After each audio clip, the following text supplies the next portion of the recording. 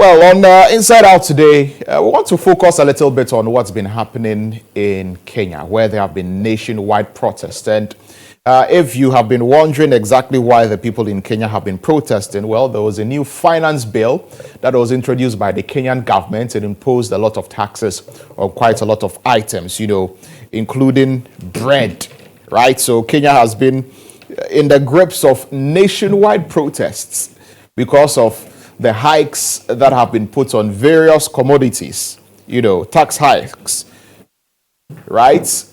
And the protests started, the protests have continued. The government decided that they were going to kick back, or should I say, come down on some of the taxes, on things like bread and what have you. And that seems not to be enough, because last week the government, scrapped some taxes, including the proposed 16% value added tax on bread, along with taxes on motor vehicles, vegetable oil, and mobile money transfers. And the concessions really haven't been enough to stop the protests. And the protests have continued, in fact, to a point where a delegation which was sent from Ghana's parliament to Kenya yesterday were caught up in the melee, or they were caught up in these protests because there were protesters which besieged the Parliament House in Kenya. And there were some Ghanaian MPs, about 5 of them, who were caught up in this. And so they had to be escorted, through some underground tunnels. We understand that this morning they are going to be put on a flight and brought back to Ghana. And it's quite serious what is going on in Kenya. And it's all because the people do not agree with what their government is doing with regard to imposing taxes on them, because they are complaining about their cost of living, which is already high. Let's get onto Zoom and take you straight to Kenya now. We're going to speak to a journalist in Kenya. Faustin Ngila is a Kenyan journalist. He's joining us via Zoom, and we'll have a conversation with him. Faustin, good morning. Welcome to GHOne Television. Thank you very much for joining us this morning. For some time now, we've seen all of these protests in Kenya. A lot of people are not happy. Can you give us the genesis? Can you start by explaining exactly how all of this came to be and where we are now with regard to these protests? Yeah, this started last year. It's not something that started in June 2024 when the new president came to power, and he proposed several over-taxation measures, tax policies that are very unpopular. So Kenyans have been quiet for the past 2 years, but this time around, for the reading of this year's finance bill, they said enough is enough, and they said no, we are tired of these over-taxation, we are tired of living bad life, we are tired of corruption, we are paying taxes, but they don't go into development projects. They all end up into politicians' pockets. So this year's bill came with even more taxation into things that are too basic, that nobody expected. The government would propose taxation on things like sanitary pads, things that should be tax-free.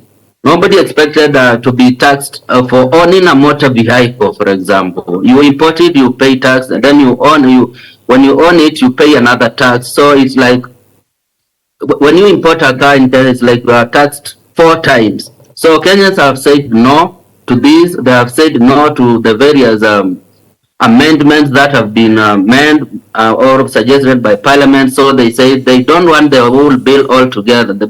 The government better comes up with a new bill that is clean and devoid of over-taxation. So even the opposition members of Parliament yesterday said they were not voting, and they left the chambers. And after they left, that's when Kenyans broke into Parliament, and they burnt it, and they did a lot of destruction inside Parliament. So yeah, it's a revolution that's happening, and yeah, nobody wants to be overtaxed in Kenya. So you mentioned a finance bill, and you mentioned various taxes. What reasons has the Kenyan government given for introducing all of these taxes? They always say that they want us to repay our foreign debts, domestic and foreign debts, and they want to finance that using our taxes. But Kenyans are so smart; they are used to this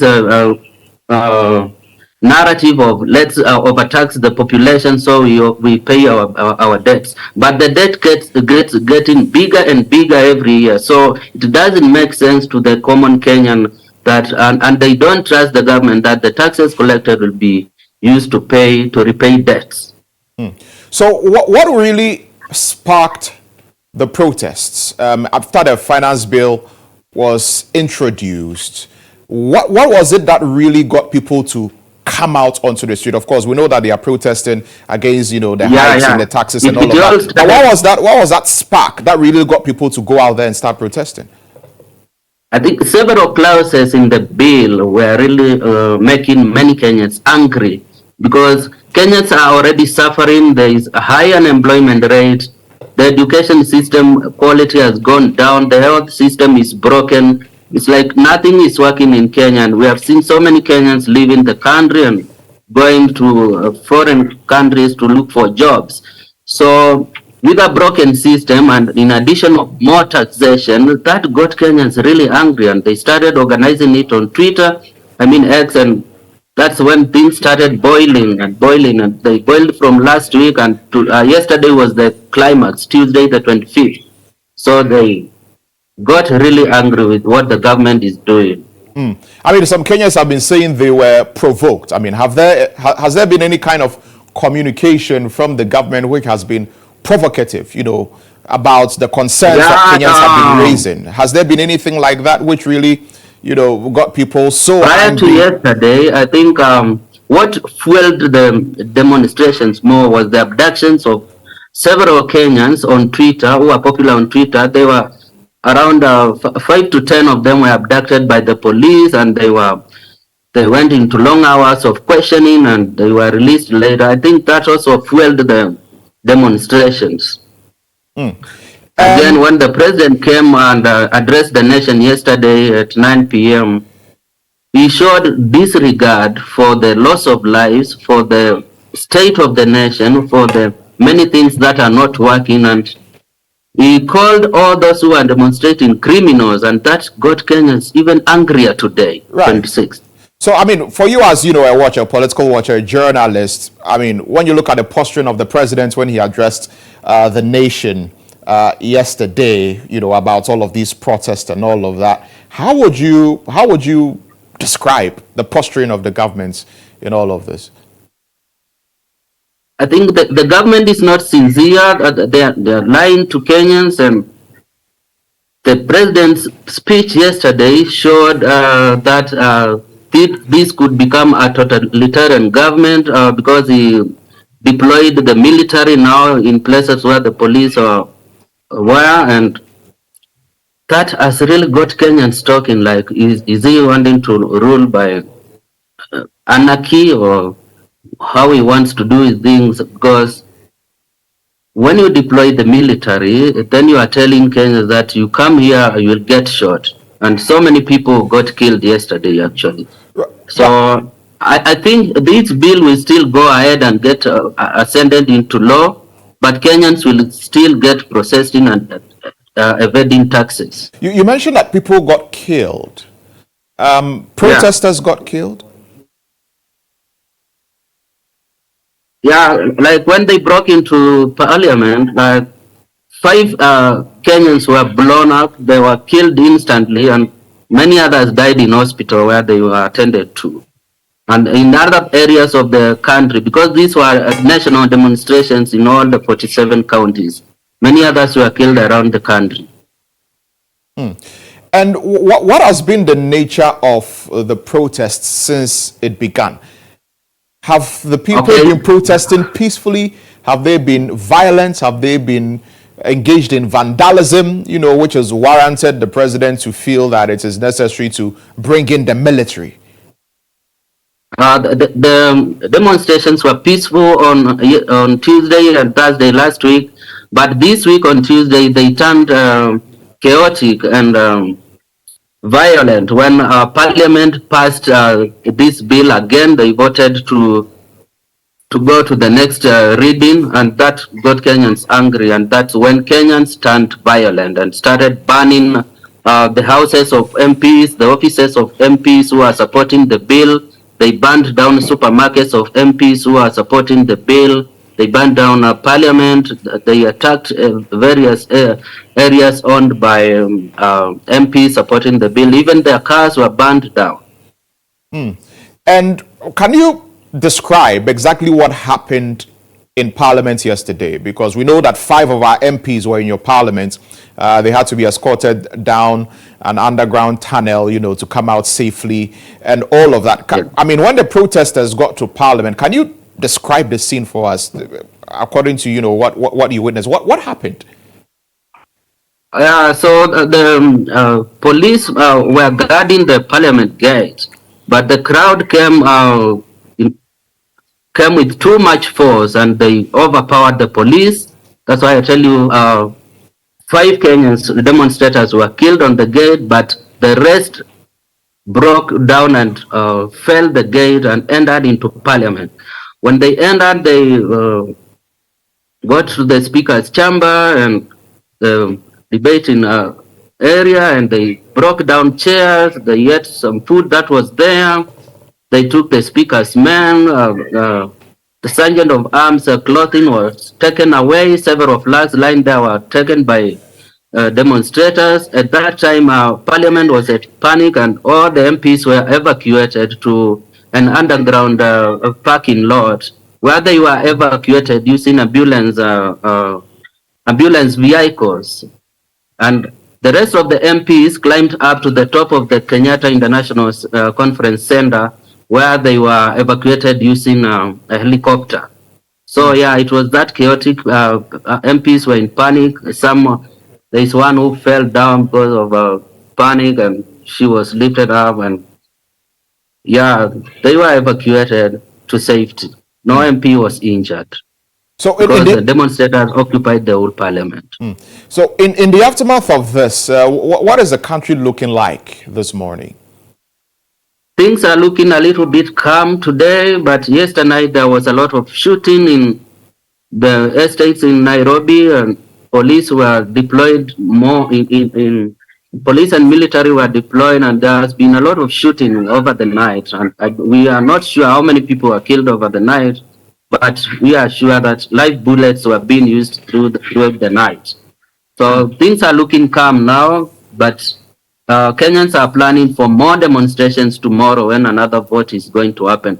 But we don't see that happening because the Parliament office debating place was destroyed. I don't see any sitting happening this week again. But there is a plan for a big demonstration tomorrow. Right. And in all of this, what is the approval rating of President Ruto looking like? I mean, we know 2 years ago when he came into office, he described himself as a hustler, and understanding the plight of the people.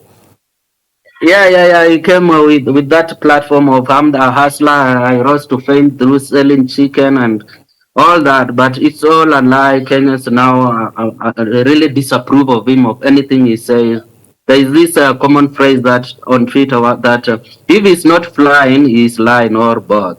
So nobody trusts him anymore. So his approval rating has gone really down to less than even 5%. Everybody wants him out of power.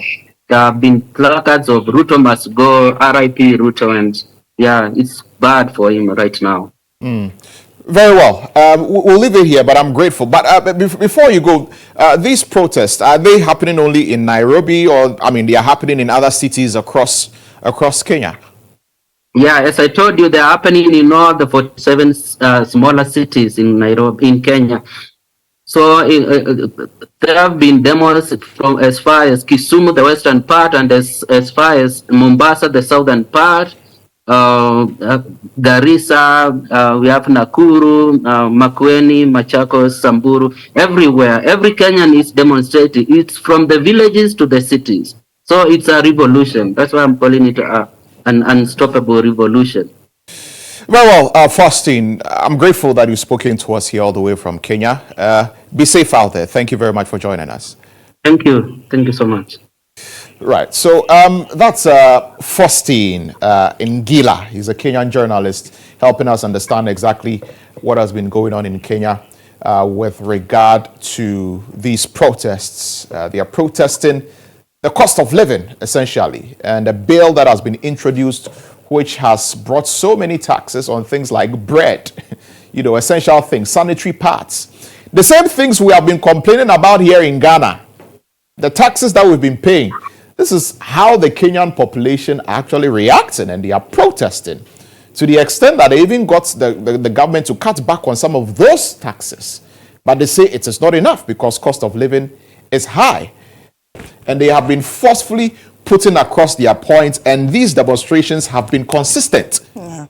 These protests have been consistent in Kenya. Can we do something like that in Ghana without all the negativity, without all the vandalism? Exactly, right? Without all the unnecessary riots, unnecessary taxes. Distraction. I mean, COVID-19 is over. We are still paying COVID levies, and all of and that. And we are paying baller tax. There are taxes on sanitary towels and, sanitary pads and all of that. And these people are being taxed for something as common. Bread. 16% VAT on bread. Bread. Can you imagine? How do you expect the people to survive? For somebody who said, listen, I mean, he's synonymous to somebody who says he's a driver's mate. When he was campaigning, he was a vice president by then. He said, oh, I'm an outsider. I do not assume to whatever the power matrix was. Today, you are president and you are taxing the people more. When you were behind the scenes, you said that the people were being taxed more. You said the cost of living was too high for the people. So, for want of a better expression. Now the people have soul share, and now you are giving them more taxes. The same thing. I mean, they are complaining about import duties. Everything. They are complaining about, taxes on electronic money transactions, among other things. The same things. Yeah, that we are complaining about here in Ghana. You get it? So when are Ghanaians also going to get up and start protesting? We are not angry enough, Lantam. No, we are so not angry enough. Are not angry enough, but we need to we need to stand up. I hope the hustler understands the plight of the other hustlers he campaigned to vote for. Which hustler are you talking about? William Ruto. Well, I mean, obviously, you heard Faustine there say that his approval ratings are just about 5%. All-time low. Yeah. I mean, if you say you were a hustler, cost of living is high, and then you come and compound the problem, obviously, we cannot trust you. The Ghanaian people are equally watching. We're heading to the polls on December 7th. Somebody says he's a driver's mate. Somebody says, well, I've done it before. Try me. Right, it's time for course today, and Captain. Yes. Captain is here. Captain is here, yes. But you are not Captain William Ruto, No. I don't know what the Kenyan law says, but to say somebody is a criminal, it is only a court of competent jurisdiction as sitting here that can decide or can determine whether somebody is criminal or not. As a president, to say that, hey.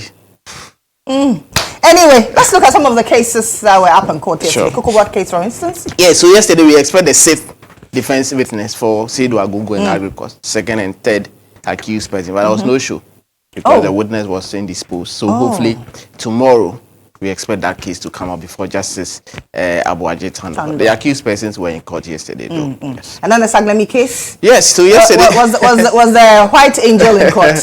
No, yesterday I did indicate that he is out of town. Okay. He's out of town on parliamentary duties, specifically to South Africa. So yesterday he wasn't in town. But of course there was action.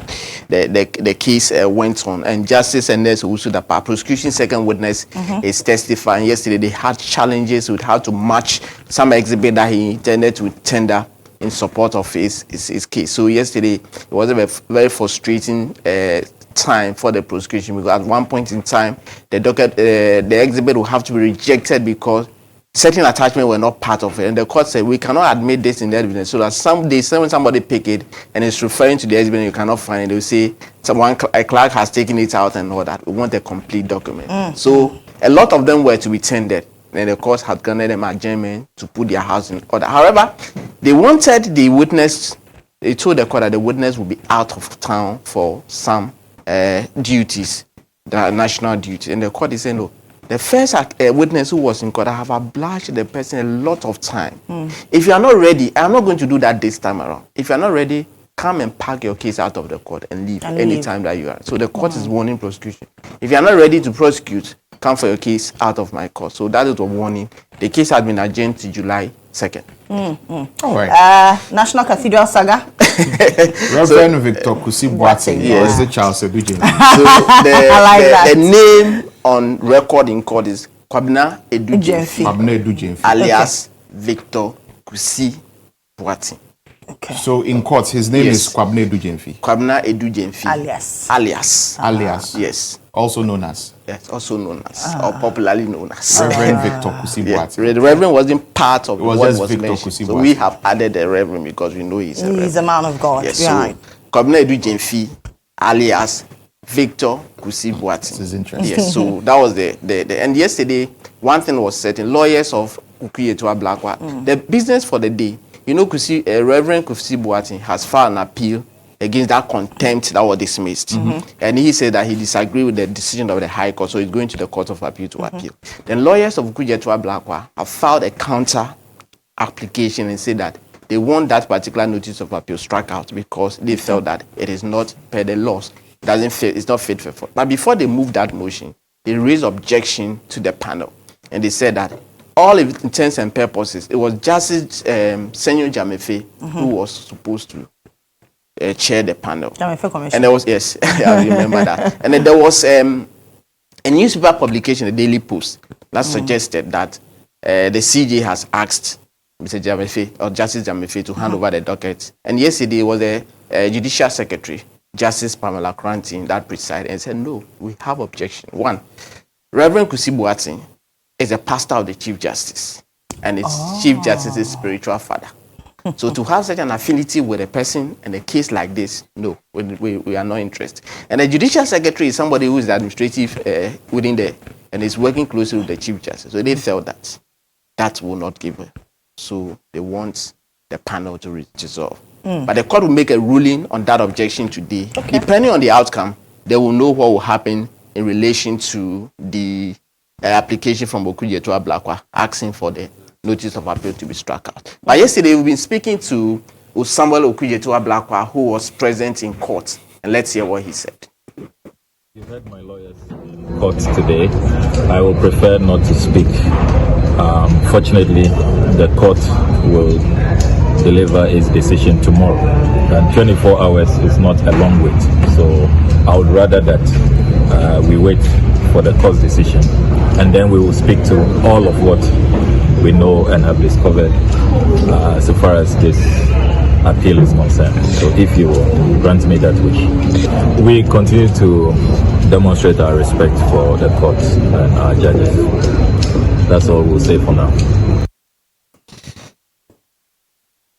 Is Samuel Ukuyetwa Blakwa. Yeah. So today he'll be called. The court will be making the ruling today. So today they will be in court and get to know his fate as to whether the appeal of Reverend Kusi Boateng will be allowed to be heard or it will truncate at that particular point in time. Okay, so let's come to some GHOne at 50. Yes. So anniversary. Yes. What's up with that? So the whole of this year, there are so many activities for the GHOne at 50 celebration and all that, and they'll be taking the step activities one after the other. So in this very report that you are going to see, they were in Tamale to as it were, and the staff they've given birth to a new policy for the staff. Let's go and watch this short report on what happened in Tamale.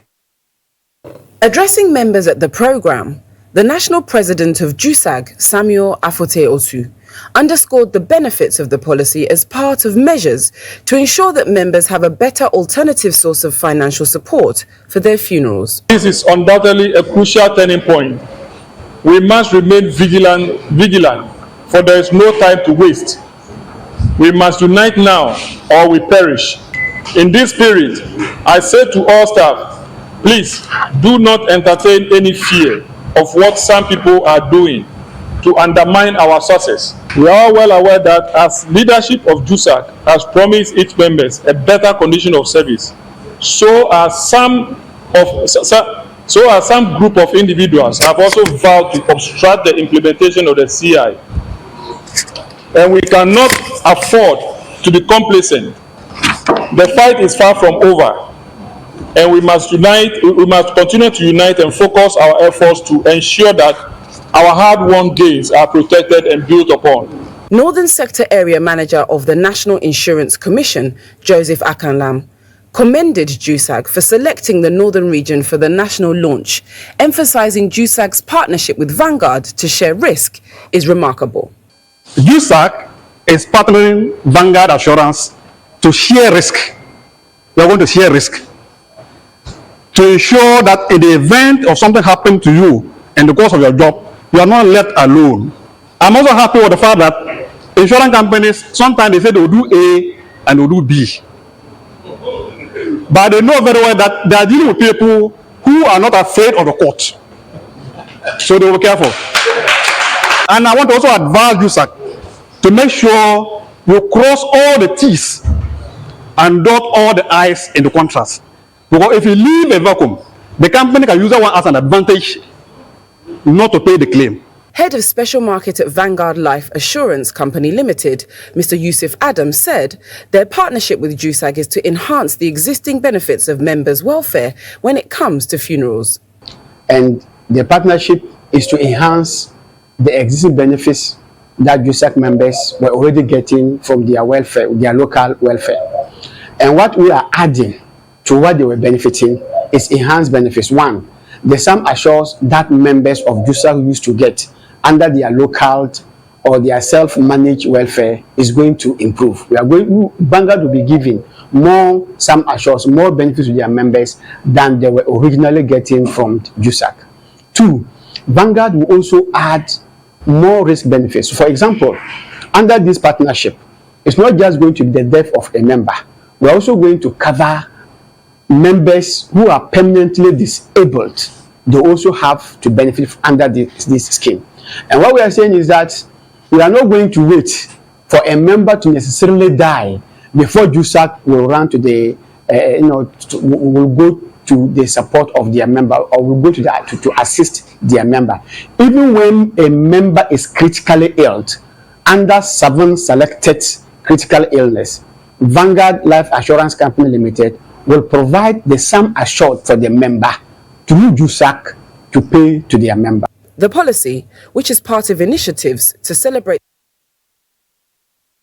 GHOne at 50. Yes, yeah. so the main anniversary will be sometime in August. Okay. Then they want to do this in Cape Coast. All right. So let's quickly go through some of the cases expected in court today. The Kusi Boateng case continues today. Yes, so there's a ruling today. Okay. And first, the court will determine, or the panel will determine whether to recuse itself or go ahead. All right. And the ex-PPA boss's ABAJ? case. Yes, Ajeni Boateng AJ is back in court today before Justice Marie Louise Simmons. And this case is the case that's been prosecuted by the Office of the Special Prosecutor. And they will be in court with all their documents. If you see the document that they have filed in relation to this case, very bulky.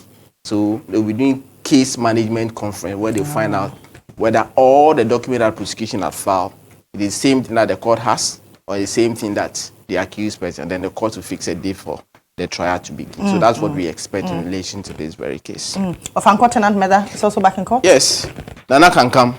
Nana Kankam is back in court.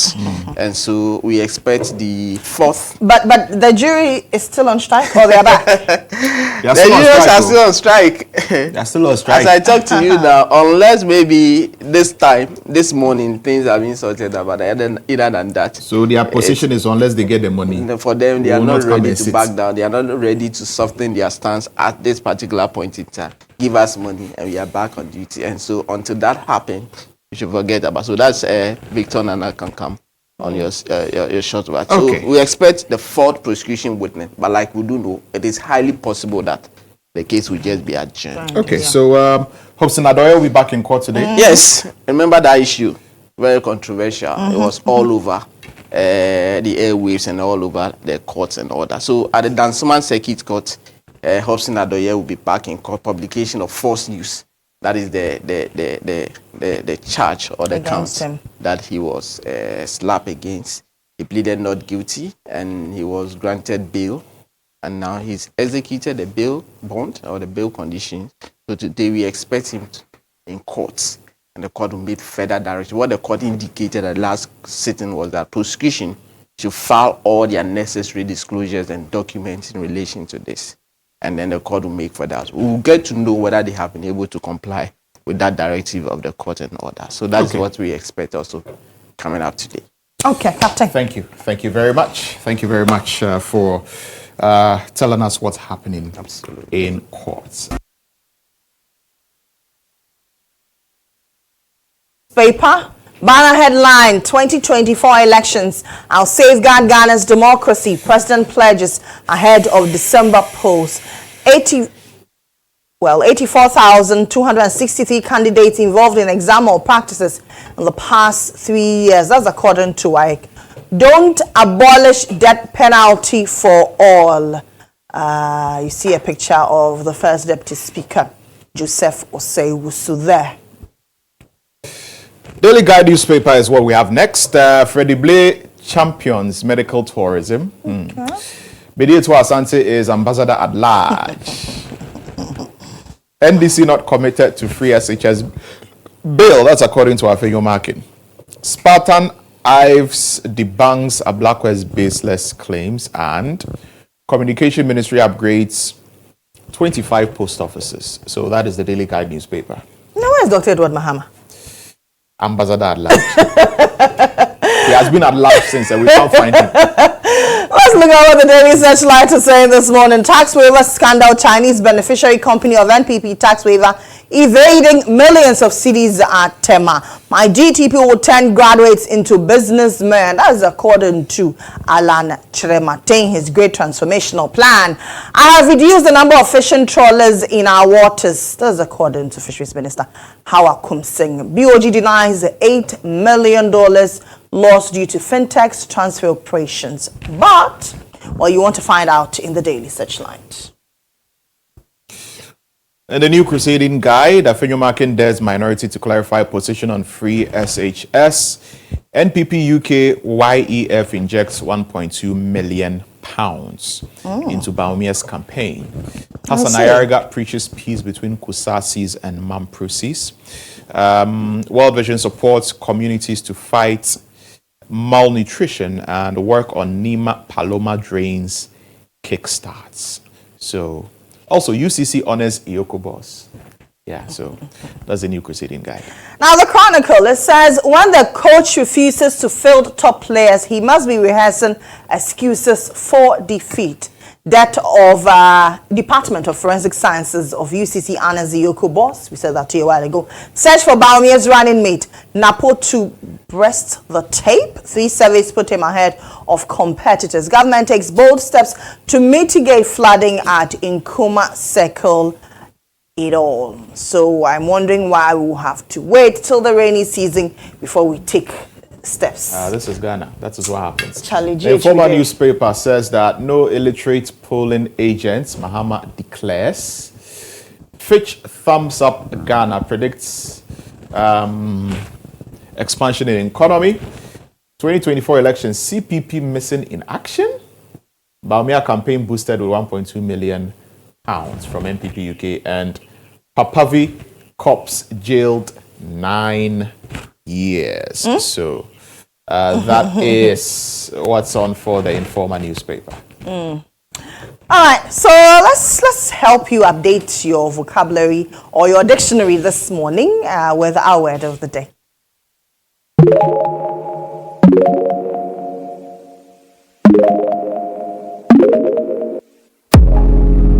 Our word of the day is BEATIFIC. Beatific. It means having a peaceful and calm expression, showing great joy. Our example is Yofi always wears a beatific smile, even when he is frustrated. Beatific. Can you give me a beatific smile? Yeah, that's our word of the day. That's our word of the day. Thank you very much for those who put this together, Noreen and Nanama. We'll be taking a short break here, but before we go, though, you know, as always, I'm an authentic man. Always looking authentically dapper. Thank you very much. Yeah. My suit was provided for me by Authentic, and get to him, and he will suit you up and make you look sharp, nice, and dapper, like I'm looking this morning, right? Look no further. 0243 029494. Thank you very much. You're the right girl. You're the right girl. You're the right girl. Thank you very much, Lily. So call Authentic on that number, and he will sort you out. Also, I will not be forgiven if I don't do this. So let me do this, even before we get to the latter part of the show. A very special person, a good friend of mine, a man of God, is celebrating his birthday today. So I want to say a big happy birthday to Reverend Emmanuel Kwabna Tete. Reverend Emmanuel Kwabna Tete is the head pastor of the Divine Baptist Church at Santasi and Yunem in Kumasi. I thought you were going to say Divine Healers. No, Divine Baptist Church, Santasi and Yunem Kumasi. Reverend Emmanuel Kwabna Tete, happy birthday to you. Live long and prosper, and may all your heart's desires be done. Double anointing, like Elijah and Elisha's anointing. Hallelujah. Amen. Amen. We are back with more anointing on the Breakfast Review. Stay tuned in. The show, this is still GH Today here on GHOne TV. It's now time for the Breakfast Review, and you know that on Wednesday is an all-female ensemble. It's time for the Breakfast Review. On Wednesdays, we bring you all women here on the show. They see Woman Crash Wednesday. So we're crashing on our women this morning. This morning, my guest, Haja Sadatu Alasan, is a member of the NDC Communications team, and Grace Enima is government spokesperson on infrastructure. There are a number of issues to dissect this morning. Leading the pack is President Akufo-Addo's directive to the Finance Ministry to release some 1.5 billion cedis to pay locked up investments. What does this mean? Some of these investors say that it is woefully inadequate. But the finance minister said, well, when the vice president, who is the kind flag bearer of the NPP, Dr. Baumia, assumes power come 2025, he will pay up the arrears. Let me take the reactions from our ladies. Haja, good morning. Lily, good morning. How are you? I'm good. Good to see you as always. I'm doing very well. Good to see you too, Lily. You're starting with me? Yes. Okay, Lily. Good morning to you once again, and good morning to my co-panelists and to our viewers, our cherished viewers, and to the next president of the Republic of Ghana, His Excellency John Dramani Mahama, the man who is trustworthy, the man who you can barely see say things just for votes. And so when he mentioned the 24-hour economy, you could see that till now the MPP communicators cannot understand the 24-hour economy. And basically, it is a deliberate policy, just like what they did with planting for food and job. And we all agree that we had farmers in this country long before the MPP assumed power, but they brought up the a deliberate policy of planting for food and job, which failed woefully. And we all agree to that. We don't have to argue about that, because we have planting for food and jobs where we invest 3 billion Ghana cedis every year, and then we still buy a tuber of yam for 40 cedis, 1 tomatoes for 5 cedis, 3 garden eggs for 10 cedis, which is very bad when we have planting for food and job. But then 24-hour economy of His Excellency John Dramani Mahama is going to work miraculously. It is going to tackle unemployment. It's going to tackle our economy. It's going to, handle the CD depreciation. As simple as ABCD.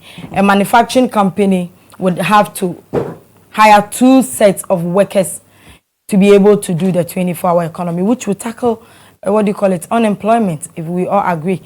24-hour economy, we're going to produce more and consume more, and the more we consume, the more we boost our economy. And when we consume more and we are able to export, and then the city also have its strength back. And so it is something that most people have welcomed, especially those who are into business have welcomed. And so this is an initiative John Dramani Mahama has promised, and is going to be a reality that will work, not just a slogan or something.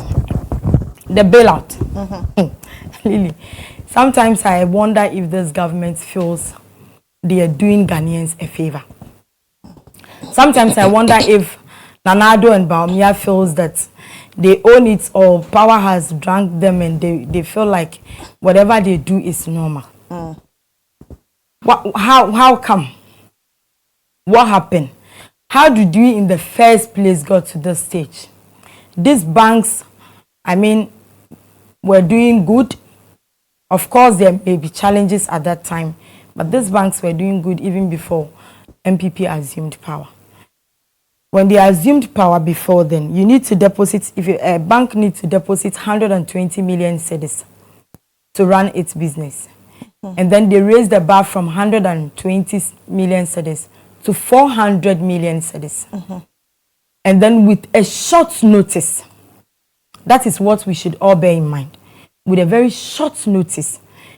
So banks who were not able to reach that target were listed that these are the banks that will be shut down. And of course, no bank prints money. Every bank works on the customer's investment. You invest and the same money is what they use in running the banks. And so when you put out an information that these banks are going to be closed, all customers would end up withdrawing their money. And that is what we saw. Panic withdrawal. People were rushing to withdraw their monies and all that. And that is how come customers lost their money. You are paying back their monies and you are doing that with some sort of disrespect, if I should use that word. Because when I heard Mustafa Anta, Amin Adam Anta, saying that they are not even supposed to pay this money, but because they have sympathy for Ghanaians, I asked myself, does he really understand what he's saying? Because if you close up banks and people have their funds in there, why do you think that you're not supposed to pay them back? And on top of this all, look, these banks that were closed, the funny aspect of it is that we are now being taxed on it. I'm sure you are aware of that. We have banking cleanup tax we are paying, levy we are paying. We are all paying that money. And funny enough, these banks could have been sustained. Their own finding, the government's own funding, says that they would have injected 9 million Ghana cedis into these banks to sustain them.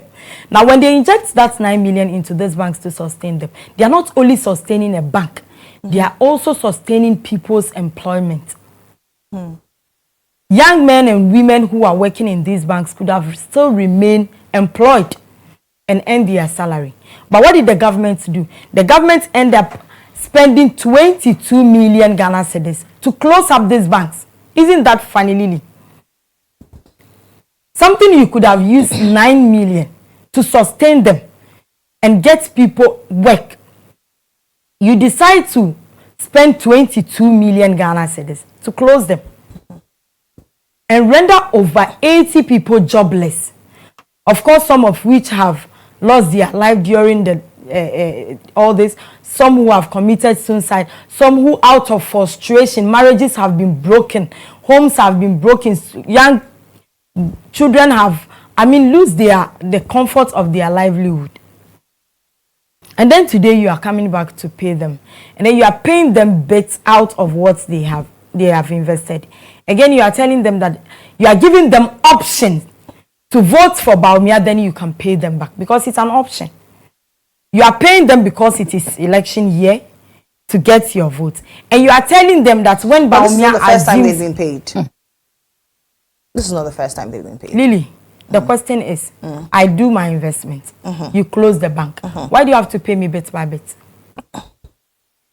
Because the government will have to look for money elsewhere to pay them. Why do you? Because these banks were insolvent, remember? That is why I in the first place I said that these banks could have been sustained with just 9 million. Didn't you hear that part? Okay. These banks could have been saved with 9 million. And then you decide to close them with 22 million. And render people jobless. Does that make sense at all, Lily? This does not make sense. To me, I don't know to you or to our viewers. It doesn't make sense. That's something you could have sustained with 9 million. You decide to use 22 million to close it down and render people jobless. Now, Lily, if today I have invested 1,000 cedis and you are paying me back my 1,000 cedis, remember, before in 2017 when the banks were closed, or 2017 when the banks were closed, dollar was about 5 cedis. It wasn't 5 cedi, 4 cedi something. Let me just run it up and make it 5 cedis. At that time, that's my 1,000 Ghana cedis could have bought me $200. You get the point I am making. At that time, that's my 1,000 cedis could have bought me $200. You close it, and after 6 or 7 years, you are giving me back that 1,000 cedis, which can barely buy me $60.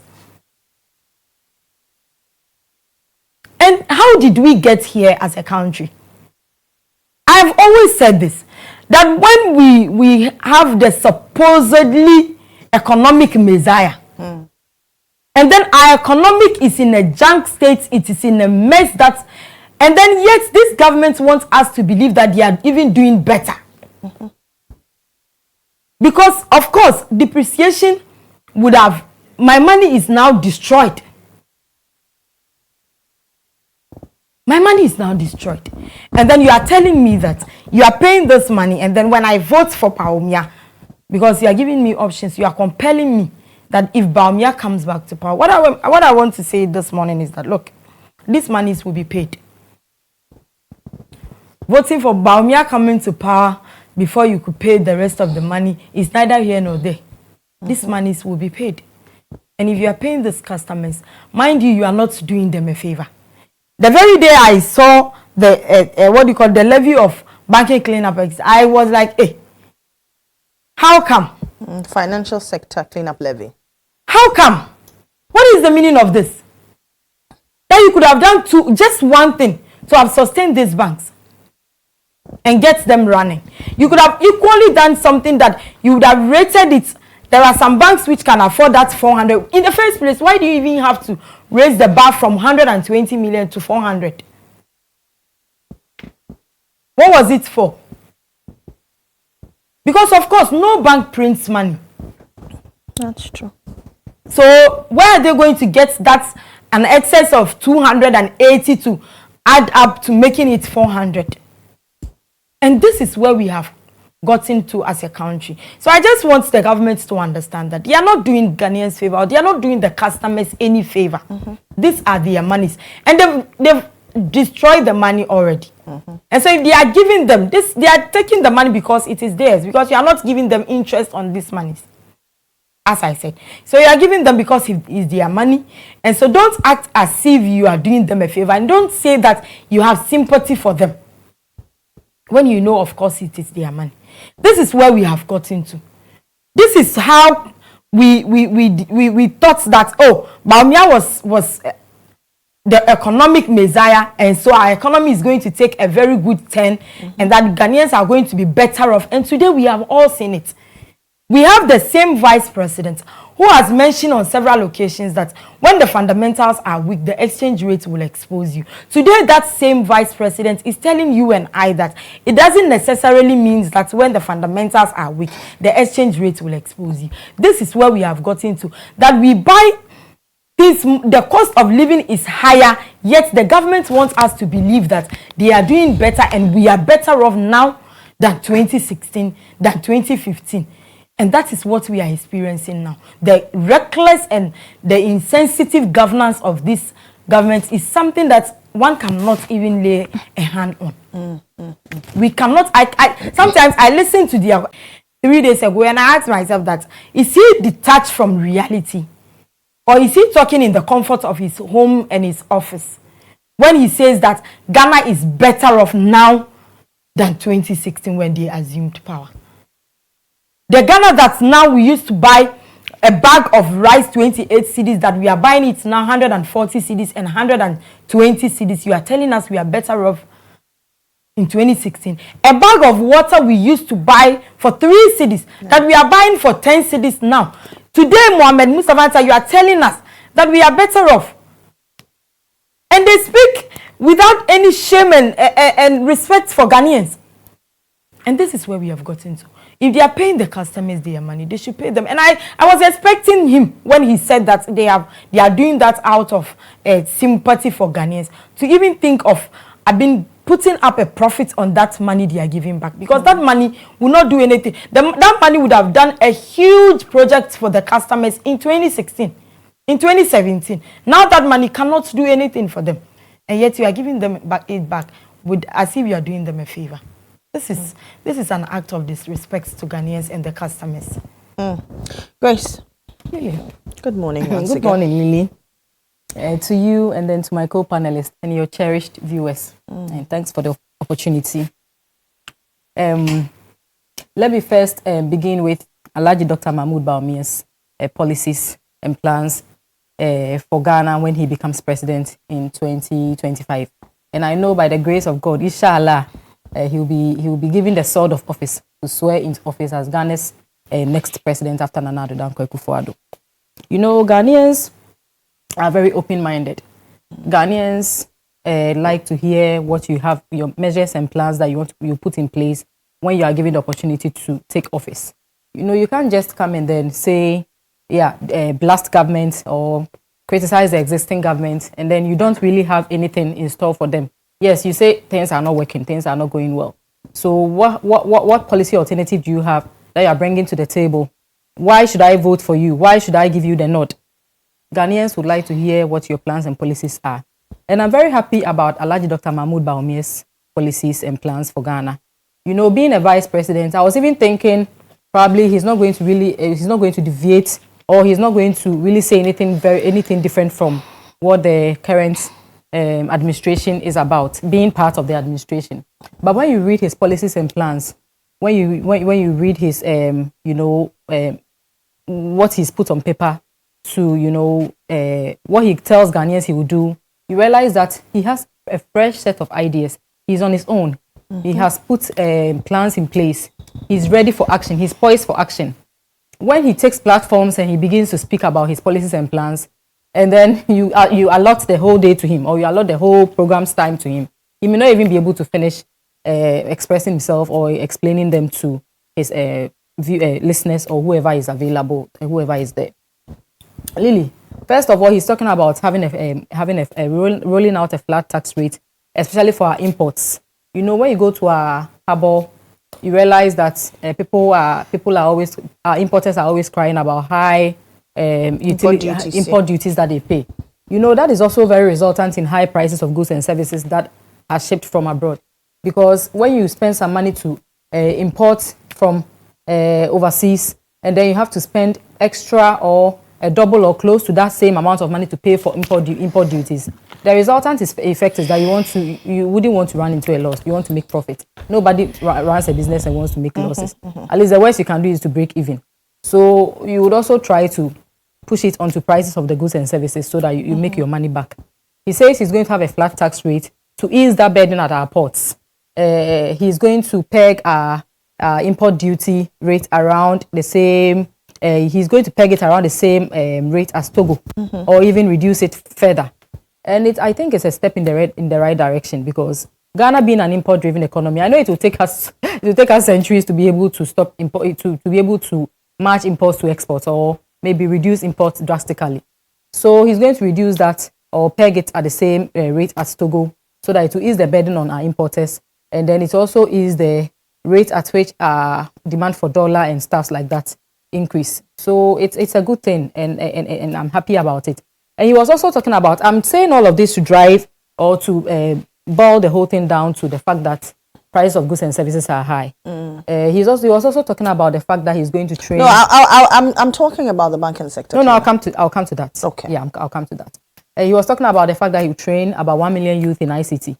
We are making giant strides in our digitalization agenda, and then having our youth trained in ICT. Our STEM education says it all. And the fact that now we have, most of our youth very conversant with coding, artificial intelligence, what was the other one? Coding, artificial intelligence, and other things that are technologically inclined. You know, these days we go on world contests, and then Ghana of all, Ghana as a country from Africa, a third world country, we are able to emerge winners. Recently, Prempeh College did the magic, and the Methodist Girls Manfi has also been doing the magic. It tells you that when it comes to digitalization and our advancement in technology, we are making a headway. And you can't talk about digitalization and ICT without mentioning Alhaji Dr. Mahmoud Bawumia. He's played a very vital role in making sure that this is a reality. And he was also talking. Now back to the financial sector cleanup. I'll come there, Lily. You've spent enough time to market Baumia this morning. Oh no, yeah, I'm building Dr. Mahmoud Baumia, I'm sending you an invoice. I'm building a point, Lily. I'll come to that. And then thirdly, you've made me forget what I was coming. Yes, because you have to come back home. Okay, so back to the banking sector cleanup. Yeah, Lily, you see, I was happy when you mentioned the fact that some of the banks were not solvent. I'm glad it didn't come from me and it's coming from you, the host. Because sometimes our NDC brothers and sisters try to make the whole thing look like a deliberate effort or some intentional something that government did. Who runs a business down? Who tells his people, I'm building the economy, I'm revamping the economy, we are moving from taxation to production. In my tenure of office, I'll make sure businesses are doing well. People are maximizing profit. We are able to arrest the dollar and then make sure the exchange rate differentials is always favorable towards the cedi. And then you say all this and then you go and run down this number of banks. Who does that? Nobody in his right senses, excuse my language, will do a thing like that. After all, if it works well, if the economy boosts, last week when we heard the economy had grown by 4.7% on all my platforms, wherever I went, I was making noise about it because I was very happy. So government wouldn't deliberately get up and say, banks are doing well, this number of banks are doing well, but because I want to create some form of problem because I'm not in support of, those banks are Ghanaian banks. It's not a matter of any political party or partisan kind of something. So he wouldn't just get up and dissolve banks. You know, Lily, we have this capital adequacy ratio that every bank is supposed to be able to meet. So when you have your capital adequacy ratio, Hajia made mention of it. She mentioned that 120 million Ghana cedis or something as startup capital for banks. I don't really know the specific amount, but then you have to meet the capital adequacy ratio in order to qualify to open a bank. And I'm happy that at the time it was their government in power. The question I keep asking myself is, how were some of the banks able to acquire licenses to operate if they were not able to meet the capital adequacy ratio? Because some of these banks were ailing in terms of their finances, things were not working well. And I know government tried as much as he could. When we took power, we took over power. The last thing this government would have thought of doing, or the last resort, was to collapse these banks, merge the ones that can be merged, and then collapse the ones that can be collapsed. That was our last resort. That was our last kind of solution. We tried all other avenues to try to revamp them and keep them back on their feet. You are very much aware that government won't just get up and then collapse the banks. He tried to hold them halfway. He tried to meet some of them step on the way so that they find their feet again and operate. When all was said and done, we didn't have any other option than to take that final decision that we took. We had 4 million depositors' money stuck in these banks or deposited in these banks. I was a victim myself. As I go on, I'll get into it. It wasn't pleasant. You go to the bank and you try to. My salary was coming through one particular bank for the sake of I wouldn't want to mention it. My salary was coming through that bank, and as meager as it was, when I go and I need to withdraw about 1,000 cedis, they will tell me, "Madam, sit small, wait small. We don't have money. Wait until somebody comes to deposit money, and they will give you something." And I will sit at the bank for 1 hour, 2 hours, waiting for somebody, hoping that somebody comes to deposit money, and then I get something. And a Messiah will come and deposit something, and your 1,000 Ghana cedis, they'll look at your face and give you 100 cedis. Because if they give you the 1,000, another person wouldn't get. I went through this for some time and I became devastated. That time, things were not really, I was doing my masters and stuff like that, and I was going through so much stress. And I knew what was really going on with that particular bank because we had while I was working, we had some of our board of directors on the same board with the. And I know there were a lot of behind closed doors conversations to downgrade the bank to a savings and loans. And there wasn't any agreement reached. So eventually, what had to be done had to be done. I'm saying this because I was an insider. I had that information. But okay, so the government, you said government had used up all avenues until the last resort. That is how I'll put it, yeah. But did the government anticipate that it was going to spend that chunk of money in the cleanup? That one I can't really tell. But then at the end of the day, I mean, if you're looking at all avenues, okay, if you're exhausting all avenues, you know that, okay, so this is the plan. If I do this is how much I'll spend. However, if I am spending this much, is it equivalent to how much they need to sustain them. Okay. Because we spent more to clean up than they actually needed to stay afloat. Okay. So the point I'm trying to make is that nobody just gets up to take a decision. Most of these banks were not solvent, just like you said earlier on. And governments did not have any other option than to, you see, not all the banks were collapsed. Let's not forget that. There were mergers and acquisition. Some of them were merged, others were, So the ones that were collapsed, that was the last resort of government. That was the last thing, the last thing, or the last option available to government. If some were merged, then it tells you that those ones that were merged, some way, somehow, there was some hope and something could be, they could actually find their feet some way, somehow.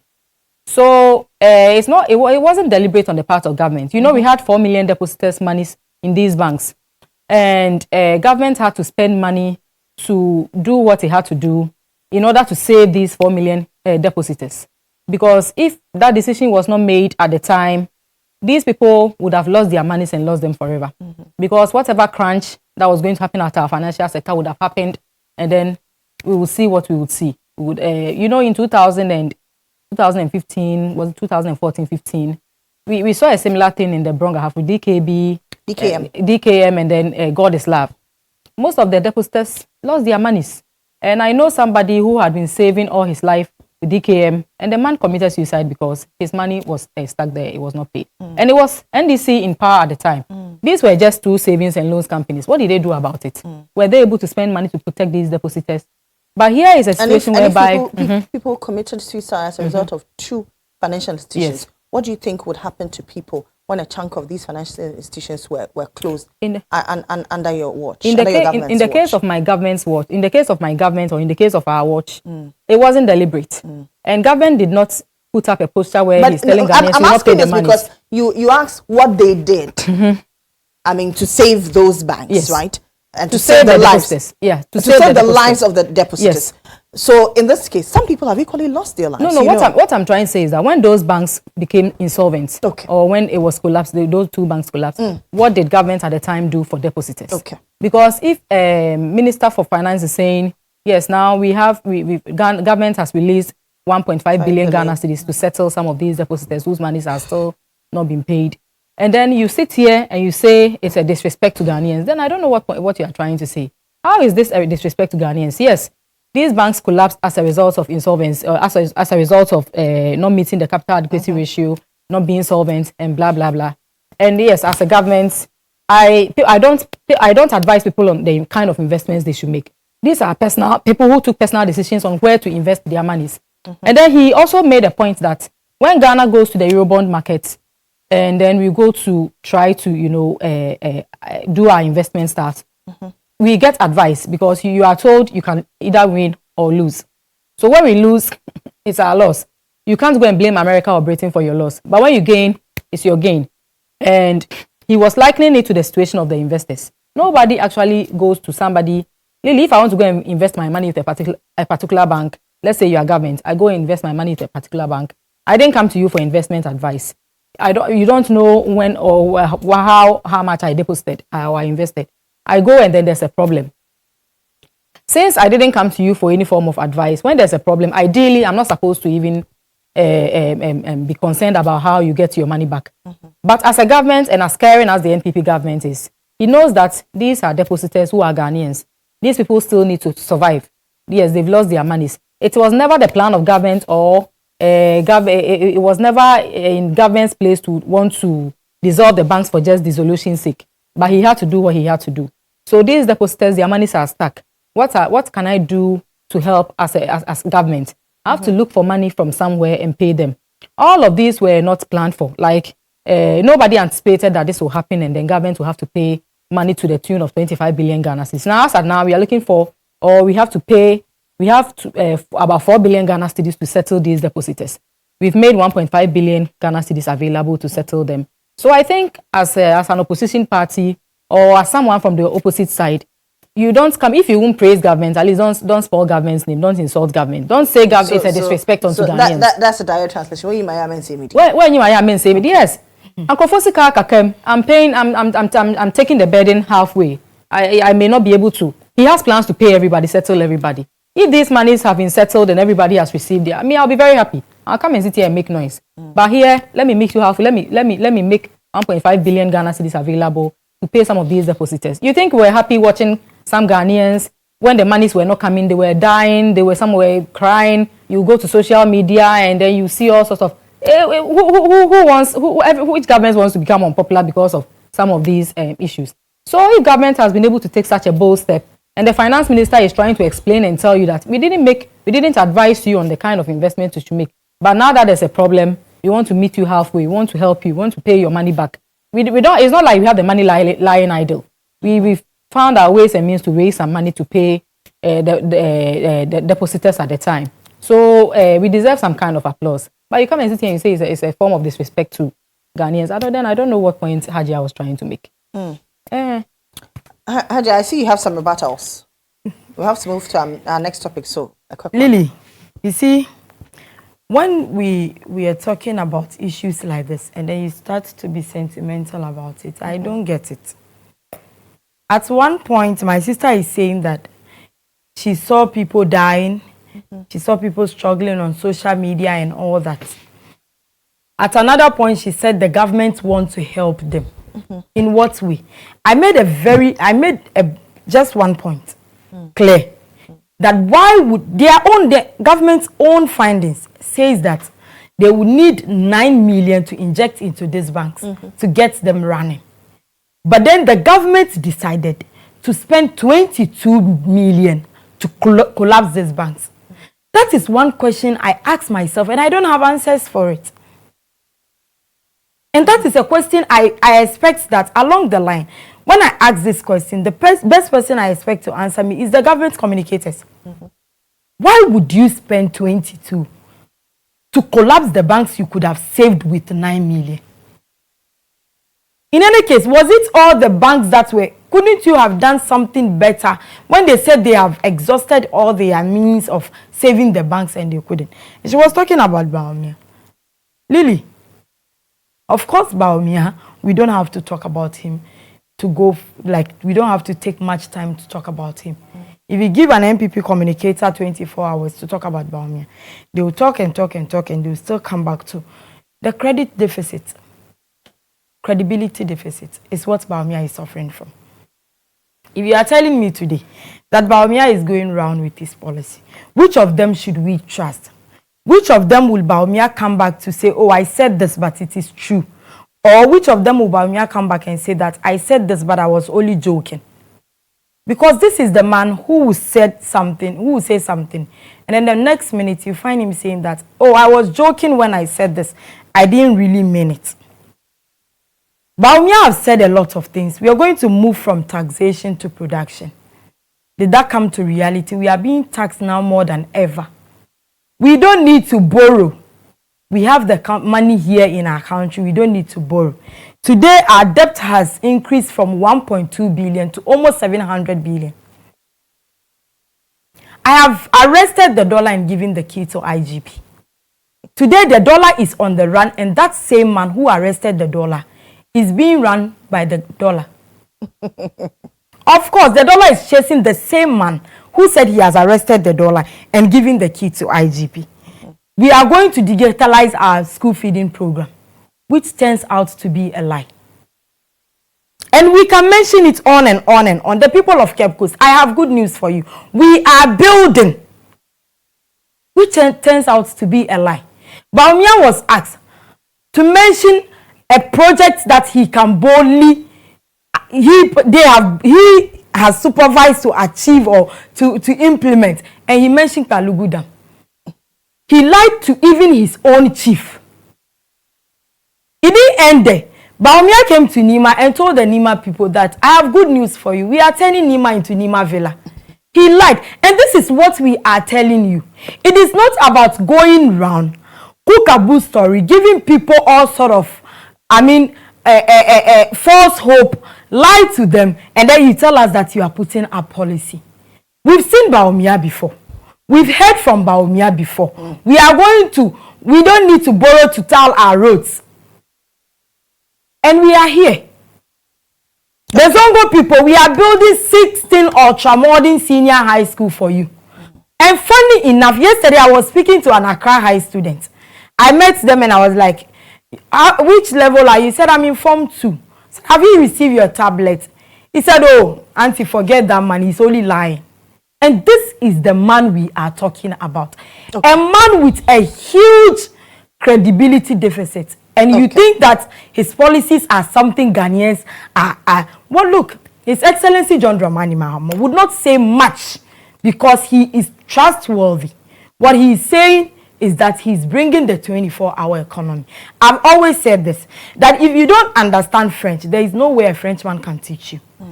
So if you don't have the idea, the knowledge of governance, whatever John Dramani Mahama is saying, you will not understand. Okay. Lily, you will not employ a gardener. And then the next moment, the gardener tells you that, no, I'm a cleaner. It's not possible. Baumia was hired on the basis of economy. Today, the economy is in a junk state. Everybody is crying. Everybody, the same people he said they were crying, are still crying. Nurses are crying, teachers are crying, doctors are crying, traders are crying. Traders are even on the floor.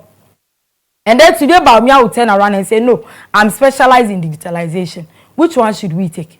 We hire you as an economist. Today, you are telling us you are doing. Okay. And so this is what we are talking about. When we are saying that it is a sign of disrespect, what I mean is that you are giving back these people, the customers, their money, which will not be valuable to what you took before they were, now. Okay. And so definitely, they are not getting the money worth what they deposited at that time. Okay. Speak with them with some respect and don't tell them that you are doing them a favor, please. Okay. It is not a favor. Okay, ladies, we have to move to our next topic. The prices, since we're all women, I'm sure we go to the market, especially on weekends. I do mine on weekends. I'm sure we've seen the prices of goods on the market. Enima, let me take your reaction to the current prices. Lily.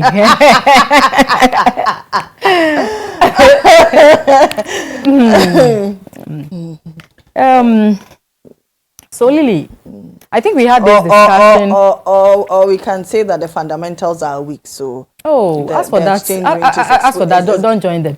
No. I cannot join anybody. These were statements. Okay. From your own person. Okay. Yeah. The man you are praising this morning, the man I'm going for invoice from. Yeah. He said that when the fundamentals, the exchange rate will expose you. The exchange rate will expose you. So what he meant was that at the time the government at the time was not met with a twin crisis that like we met now. Really, unless somebody or unless anybody tries to take a certain position where they put on a certain party's political lens, that is when they would refuse or fail to talk about the realities. We all know what happened across the globe. Being women, we know this is not just peculiar to Ghana, especially our vegetables, tomatoes, and then pepper. It's not peculiar to just Ghana, but it's all over social media that looks like it's almost like an African something. It's happening in Nigeria too. Well, I'm not likening Ghana's situation to Nigeria. I'm not trying to say because it's happening in Nigeria, government should just sit by idle and not do anything. After all, we introduced planting for food and jobs and hoped that we'll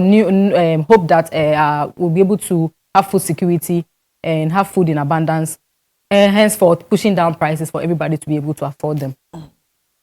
This whole issue of cost of living crisis or experiencing high cost of living in Ghana has to do with the exchange rate differentials. So Ghana is an import-driven economy. When I was making my submission, when I started talking, I made mention of the fact that we hope that a time will come that at least our imports will equal our exports, or we would export more than we import, so that some way, somehow, our currency will be strengthened. Now, here's a situation whereby we live in Ghana. You are a Ghanaian, we live in Ghana here. And our local currency is the cedi. So if not for anything, or if not for any form of importation or anything, your cedi or your local currency should have some strength against any other currency. But here in Ghana, we do a lot of importation. We import a lot of things, basic things that we produce in the country. We have here, we still import from abroad to add to what we have. And some way, somehow, I'm not the only one in this. we are all Ghanaians and we know this truth. Ghanaians have some form of taste for foreign products.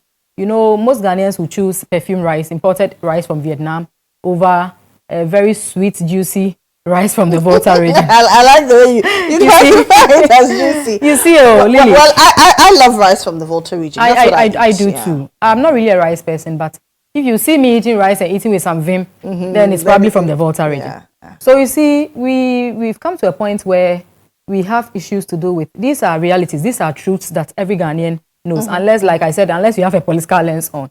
So our importers or our traders are forced. Those who import from abroad are always encouraged to import in their large quantities from overseas to come into our country and sell.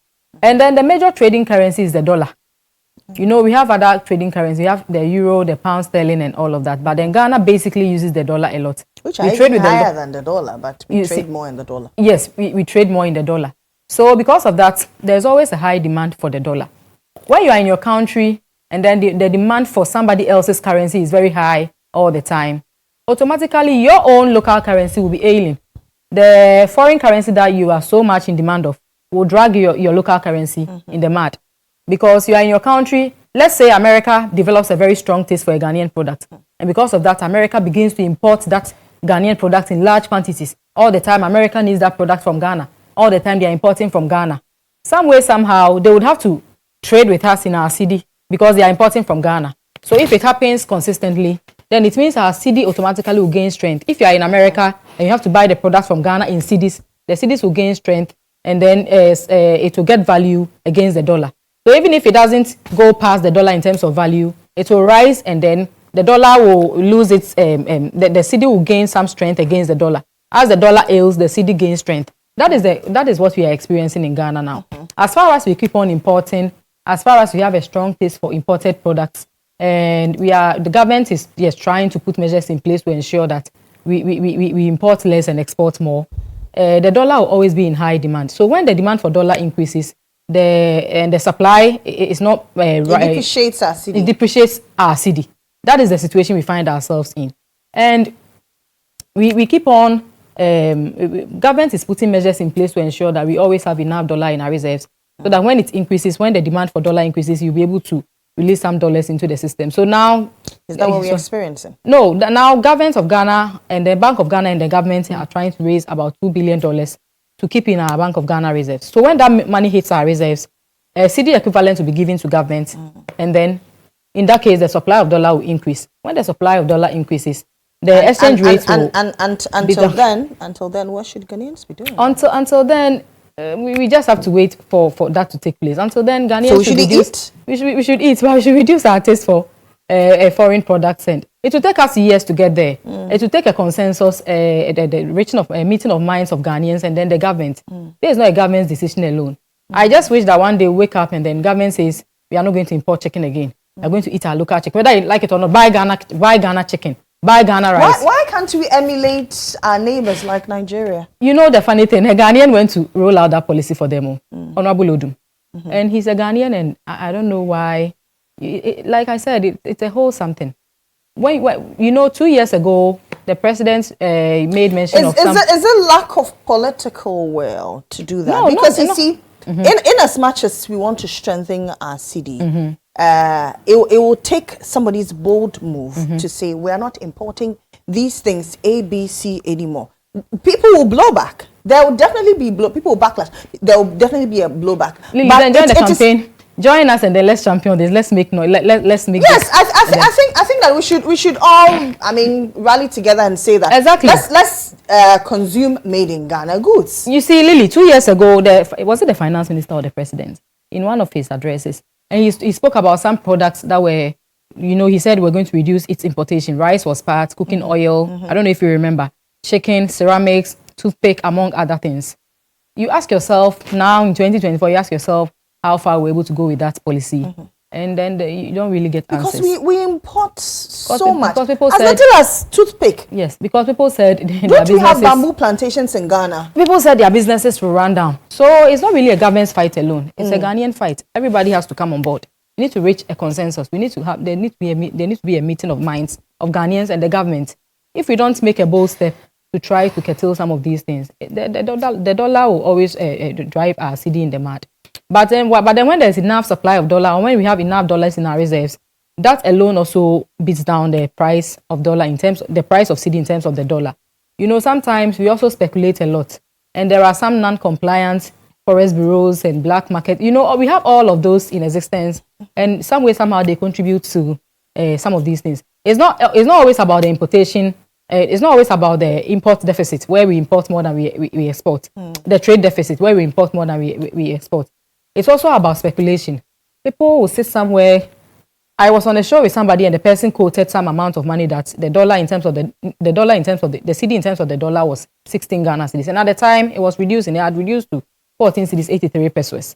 You see, and then somebody sits behind the TV and he or she hears this. If the person is trade oriented, or the person knows his way around some of these things, the next moment he's a circle, he's going to buy some dollar to hide or to hoard, so that when the price increases, when he's hopeful that the price increases to 20 cedis, then you have some more money. So what's government doing? Because there's a food insecurity report that we are to experience food insecurity between June and August 2024. So what's government doing? Government is putting measures in place to ensure that food insecurity, as in unavailability of food. You know, that one, we have the lean season and the bumper season. So government has no control over those ones. When it rains a lot, we believe around this time, we believe that there's enough food around. There's yam, there's rice, there's yam, there's plantain, there's all of that. It's been raining. It's been raining. Oh, Lily, but this issue is not about shortage of food. It's not about shortage of food. There's food on the market. It's about prices. Exactly. Yes. And then the prices, one other issue that... But if we have food in abundance, then prices should be reduced. Lily, it's not really, like I said earlier on, it's not really a government's fight alone. There are insider issues that sometimes, because of for security reasons, I may not be able to talk about on air. You know, Ghana's economy too is a free one. We run a laissez-faire market, a free market economy. And government does not really fix prices of goods and services. You know, I have a sister who lives in Ivory Coast. I visit her from time to time. When she comes to Ghana and I go to Accra Central with her, she will fight everybody out to leave the market because she doesn't understand why something that costs 11 cedis with anti-AC, the next person is selling it at 12 cedis. Another person is 12 cedis, 50 pesos, 10 cedis. So you have to roam the market for the lowest price before she buys. Back in Cote d'Ivoire, it's not like that. When something is 11 cedis, it's 11 cedis across the board. You see, so some of these, and if government the solution to this is price controls. If any government rolls out a price control policy, we know what will happen in Ghana. People will keep their goods in the room and tell you that yes, government has fixed prices, but then I went to buy the things and then I'll sell it at the price that I want to sell. So it's not really a government's fight alone. It's a matter of being sincere with ourselves and having empathy for each other. You know, you went to buy your goods at a certain price, and then sometimes people even sell their old stock at a prevailing exchange rate. And then they'll tell you, if I don't do that, the next consignment, I'll need extra money to add to my money. Okay. All of these things do not really help. And then let me land with this. Dr. Baumia is saying that he will help, this time round, he will help us buy enough gold reserves to shore up our cedi, that eventually our cedi will be backed by gold. We've not been able to do that because we have 2 refineries in Ghana, and only one of the refinery has an LBMA certificate. That is the London Bullion Market certificate. So until the other refinery has an LBMA certificate, we will not be able to do that. So he says vote for him to become president, push the effort to get our LBMA certificate for the second refinery, so I'll be able to back our cedi with gold, and then some of these problems will be curtailed. Haja. My dear, Omia cannot be trusted, and so that is what is the problem. The problem is not that people don't listen, people listen, but because he cannot be trusted, it becomes difficult for it to. We're talking about price of goods. Especially food. I think BBC News published a news, I think somewhere last week, that Ghana is first rank when it comes to higher food prices. I don't know whether you've seen that. Sometimes when we are talking about it and then we start comparing it to Nigeria, to Cote d'Ivoire, to Ghana, of course they are neighboring countries. And so definitely we'll compare them with, we'll compare ourselves with them. But the truth of the matter is, I've always said this and I'll always hammer on it. What happened to planting for food and job?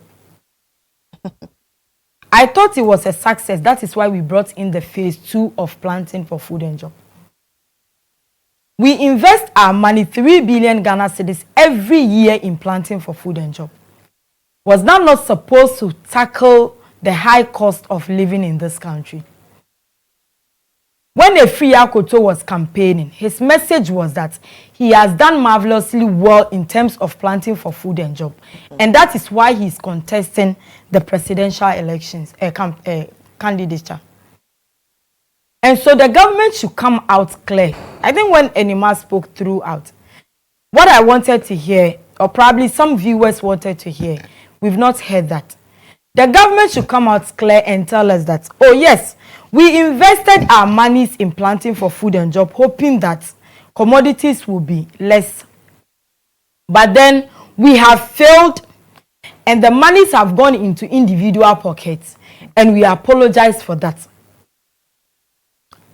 Let us be realistic to ourselves. Let us save ourselves sometimes our credibility and so that next time when we speak, Ghanaians will say, oh, when they said this before and they failed, indeed they came out clear to say that we have failed. And so they apologize. So let us trust them again. But we shouldn't find ourselves running around the bush trying to hold to a stake that is not strong. We have invested our monies. Today, as I said earlier on, 1 tomato like this is 5 cedis. Why? 1 tuber of yam is 40 cedis. A bag of fish, a box of fish, a carton of fish, which was supposed to be 700 cedis, today is 16,600. Why? What is happening? Should we call back Efri Akoto as the agric minister to come and explain to us what happened to planting for food and job? Or the government itself would admit that indeed I have failed. And we are sorry, Ghanaians, we are sorry. Because I remember when Nanado was requesting an apology from His Excellency John Dramani Mahama, that Mahama should come and apologize to Ghanaians because dollar was 3 cedis 80 pesos. And it will be fair enough for Mahama to come and apologize because he has failed. Would they apply that same advice to themselves now? Now that almost everybody, including they themselves, are feeling the hardship in this country. Lily, now you cannot cook if you don't have money enough in your pocket. 100 cedis, 200 cedis will not cook you a good meal. Why is that so? How did we come here? When we speak, and then initially when we speak about dollar depreciation, MPP communicators were all over saying that when NDC were leaving power, officials they are holding their dollars at home and in their banks, and that is why. Just recently, John Kume's bank, $30 million. Is that not holding what do you call it? The dollar. In a sanitation minister's room, dollar say chafu. And she has been former sanitation minister, and she has been cleared without giving the authentication of that money and how she made that money. But as usual of the clearing agent, that is how it is. Well, she has, and then you cannot say that on authority that she's been cleared. Oh, I sat with Enima. Enima, I mean, emphatically said that she has been cleared. Well, that the money I said that. Oh, you said that. Cleared. Investigation. So listen. What we are saying is that when you are being given a responsibility, and then you fail the people, be honest to yourself and that of the people who gave you power. And stop running around. We had problem with Russia, Ukraine. We had COVID, and we have this and we have that. We have heard that enough, and it is okay. We are not ready to hear that anymore. Ghana is not the only country that experienced COVID. Ghana is not the only country. Even Russia now is experiencing single inflation. They that have their fight, they are now, what do you call it, single inflation. We are suffering. The people of Ghana are telling you, look, just in this year, January this year, a box of tomatoes was about, what do you call it, was it 650 or something like that. A box of tomato now is over 6,000. Onion now is about, what do you call it? 10,050 cedis, which was supposed to be 600 cedis last 2-3 months. So what is actually going on?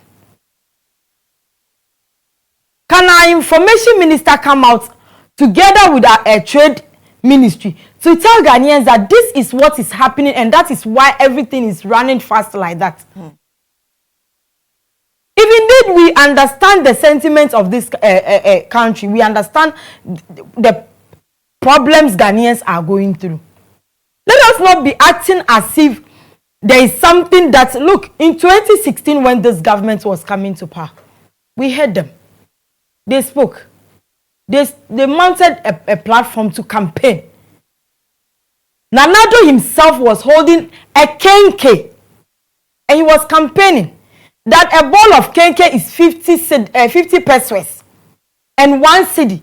Why is that how is that possible? That a kenke is 50 pesos and 1 cedis. Today kenke is 5 cedis.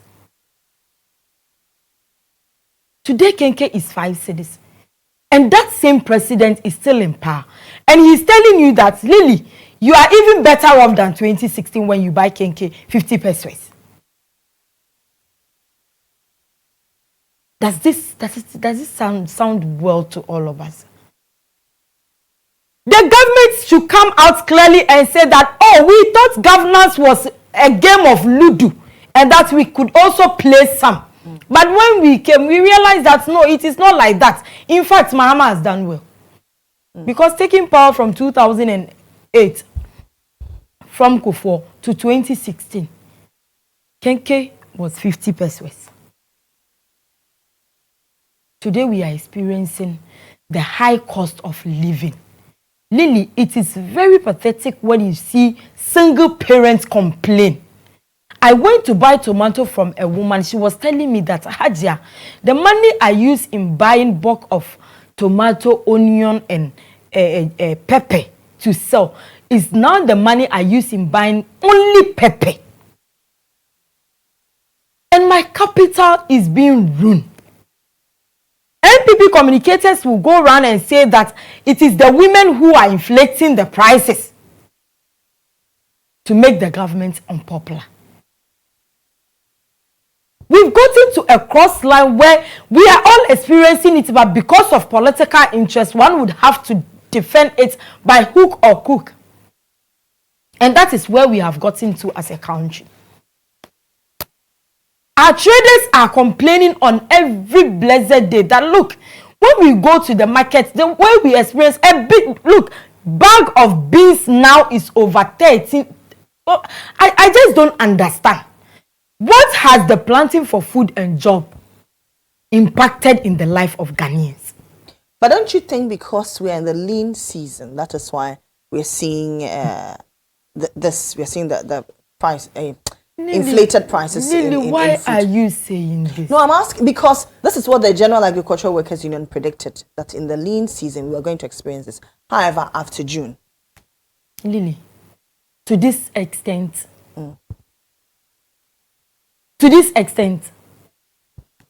a carton of wings is selling at 1,300, which was sold at 80 Ghana cedis or 120 Ghana cedis just some few years back. This is total mismanagement of our economy. That is why I said that it will be very, very, very good for the government to invite the agric minister to come and explain what happened to our 3 billion Ghana cedis we invested in planting for food and job every year. And what's the achievements they concluded on that they had to do the second phase of the planting for food and job. So the question is, if we had no planting for food and job, what would have happened? It means that we would have all run out of this country because we can't afford it. It is clear that governance is not a joke. Governance is not a ludo or a awari. that you sit behind it and play. Governance comes with total competency. And this government has only ended up proving to Ghanaians that indeed they are super incompetent when it comes to managing the government, the country. In terms of economy, unemployment. Today, unemployment has risen from 8 to 14. Today, even our nurses in this country and teachers are flying out of the country for greener pastures because you can barely save, Lily. You only work, pay your rent, pay your child's school fees, and feed. That is all. You can't save in this country anymore. How did we get here? And that same economic messiah is being rebranded and presented to Ghanaians and expecting us to believe it. The solution to this problem is John Dramani Mohammed's 24-hour economy. Believe you me, Lily, is going to solve a major problem of this country.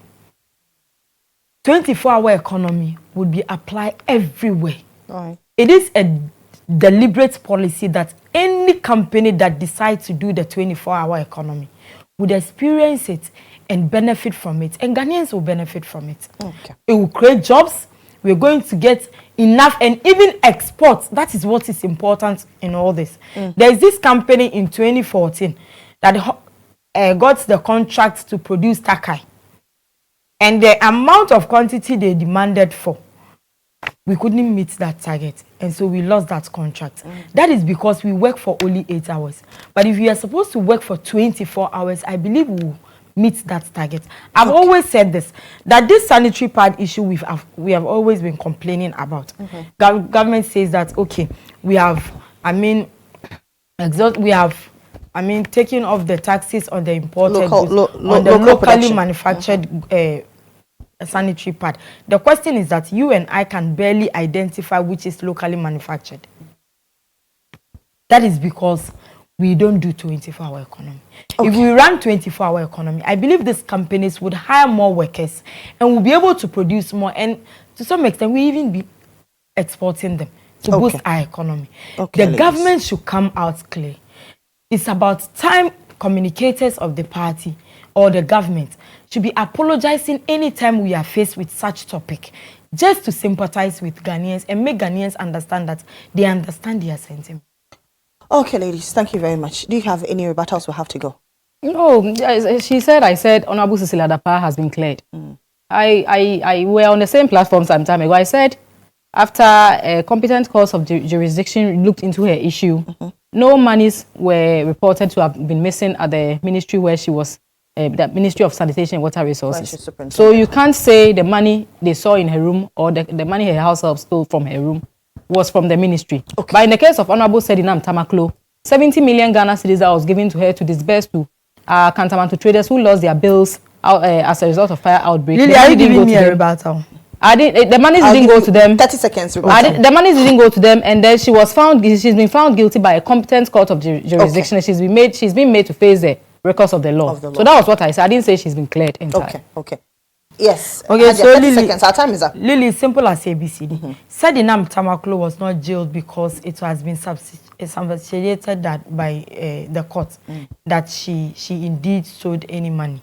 She caused financial loss to the state. Yes, she caused any financial loss. No, she has been jailed because she has refused to appear to court. No, she caused financial. And she caused financial loss to the state. I'm coming. She caused financial. She failed to appear to the court. That has not been established. Is that enough? She's enough not going to somebody? court because she said she was going to treat herself. Because of that, she's been jailed. And her lawyers also do not go to court. So because of that, and so the court passed its judgment. No. It has not been established. Now let me say this. Now let me say this. Now let me say this. The NDC is always not against prosecuting any past or present official. It is the MPP that does. You've not been able to prosecute anybody with your incompetence. Thank you very much. And that is what they have on infrastructure. Hajia Saada Tolasan is member of the NDC communications team. That's it for the breakfast review. But as we're talking about the economy, for 15 years, Quick Credit has been your trusted partner in micro lending, empowering lives and making dreams a reality. Today, we're excited to announce a new age. Quick Credit is now Bill's microcredit, still continue to serving Ghanaians, and of course, we're changing more lives. Bills is here to show you that everything is possible. Join us as we embrace a brighter future. Bills is financing your needs. We are back shortly after this breather. Stay tuned in. So for the family strengthening, we have project management committee members who comprise of the community members, the some duty bearers within the community, some influential people and CBOs, as well as the SOS staff within the community. We do not force people to, we don't force and enroll people. We only work with people who are recommended by this project management committee. So they go through a rigorous screening exercise to make sure that they are not just posing, but they really, that's what we call the gatekeeping system, like Mr. Boateng said. I want to mention here that as an organization, SOS works strictly with the UNCRC. That's the United Nations Conventions on the Rights of the Child. And we work on the 4 best principles that highlights the fact that with everything that we do, we consider the best interest of the child as the last option. So whatever we do, we make sure that these families go through screening as usual and they are enrolled. Interestingly, if the children were not in school, they're sent to school. If the children want to learn a trade, they are signed on to apprenticeship. Typical, recently we rolled out a project called Protecting the Future. In the whole of Africa, SOS Ghana is the first SOS country. You know, we work in 138 countries, but in Africa, SOS is the first country to venture into child labor and trafficking. Yes, so we are. It is a very huge area when it comes to protecting children, especially on the lake. Exactly. Yes. We even on our high seas. Yes. When you go to today's Wednesday, right? Tuesday they don't go to the sea. Today, when you go there, you find a number. So how then do you safeguard these children? So what we are doing under our PTF project is that we work in partnership with some community-based organizations and Challenging Heights as an implementing partner. What we do is we identify these children on the lake. Challenging Heights rescues them, takes them to their rehabilitation center, rehabilitates them because they have gone through a lot of trauma. And if this trauma is not treated, they may be reintegrated back into society with psychological issues. So they are treated thoroughly, they are assigned psychologists, they are very well assessed and enrolled into school or into apprenticeship. Now, when we assess and we realize that, yes, they are ready to be reintegrated, we bring them back and reunify them with their families. Before these children are brought back to their families capacities are strengthened economically so that they will not... very often that is the reason they leave home. Yes. Exactly. You know, recently we chanced upon a case in Sege. We work under the PTF project, we work in Adan West and Ewutu Senya. Okay. In Adan, interestingly, a mother lost 2 children. One died through child labor. Okay, she sold this child for 300 cedis. What? Yes, she has 7 children, lost the husband, and to maintain their livelihood, she sold her 2 children for 300 cedis. Now, what happens? According to these children, on the lake, they are made to work at midnight. All right, and while on the lake, if a net is torn, the slave master will ask this child to go down into the river and mend the torn net. That's reality. Yes, I was on the lake last year. This is a true life experience. When this child refuses, they met out any form of punishment to them. This very child says, no, this is my first, I can't do it. How can I go into this cold river in the middle of the night? And the slave master used the paddle to hit the child, and this child died. Interestingly, this slave master is now hustling the woman to refund his 300 cedis. After the child died? After the child died. And this is a poor widow with no support. Fortunately, we came through for her. We intervened. Now we've built her capacity. Her children are back to school. Some are learning trades in the Lolonya community. And we started chasing the slave master to bring him to book. Now, he stopped harassing her. These are typical stories that we see and feel in our child labor and trafficking journey every day. The situation on the Iyeji, from Akosombo to Iyeji, is so horrible. But because of poverty, these mothers sell these children between 150, 200 and all that. And so the good news is... So when they sell, I want to understand, when they sell their children, do their children have a chance to ever come back home, or they're gone for life? So in a typical case, a child, Te Abrantie, who is doing very well, he's just finished his apprenticeship in repairing motorbikes. He came back. He was rescued through challenging heights. Came back, and the mother is blind, so the mother's sister sold him back into slavery. Hear him, he's like, he didn't have any choice. I mean, no food to eat, nothing. He's just loitering about in the community, and if he goes to the sea, at least he gets to eat once a day. No medical care, nothing. These children don't even get to sleep, because from the lake, they come back and help the wives of the slave masters smoke the fish that they brought. And after smoking, they have to package and load into the next sailing boat. By the time they are done, they are ready to go fishing again. So they do not rest. So these children are always eager to come back to their families. But because of poverty and threatening of their parents, they don't have a choice. Fortunately, SOS is working with duty bearers, social welfare, challenging heights. And so far, we've rescued over 149 and rehabilitated them.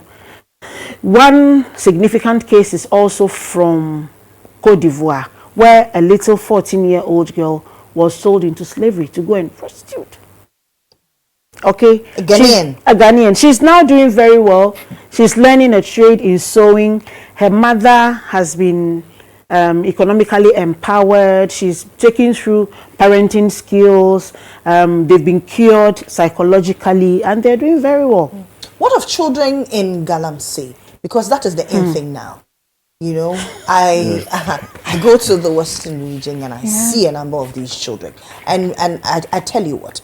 A number of these children do not want to go to school. It is not as though the parents do not want them. They feel that, well, if I go to these sites, I get,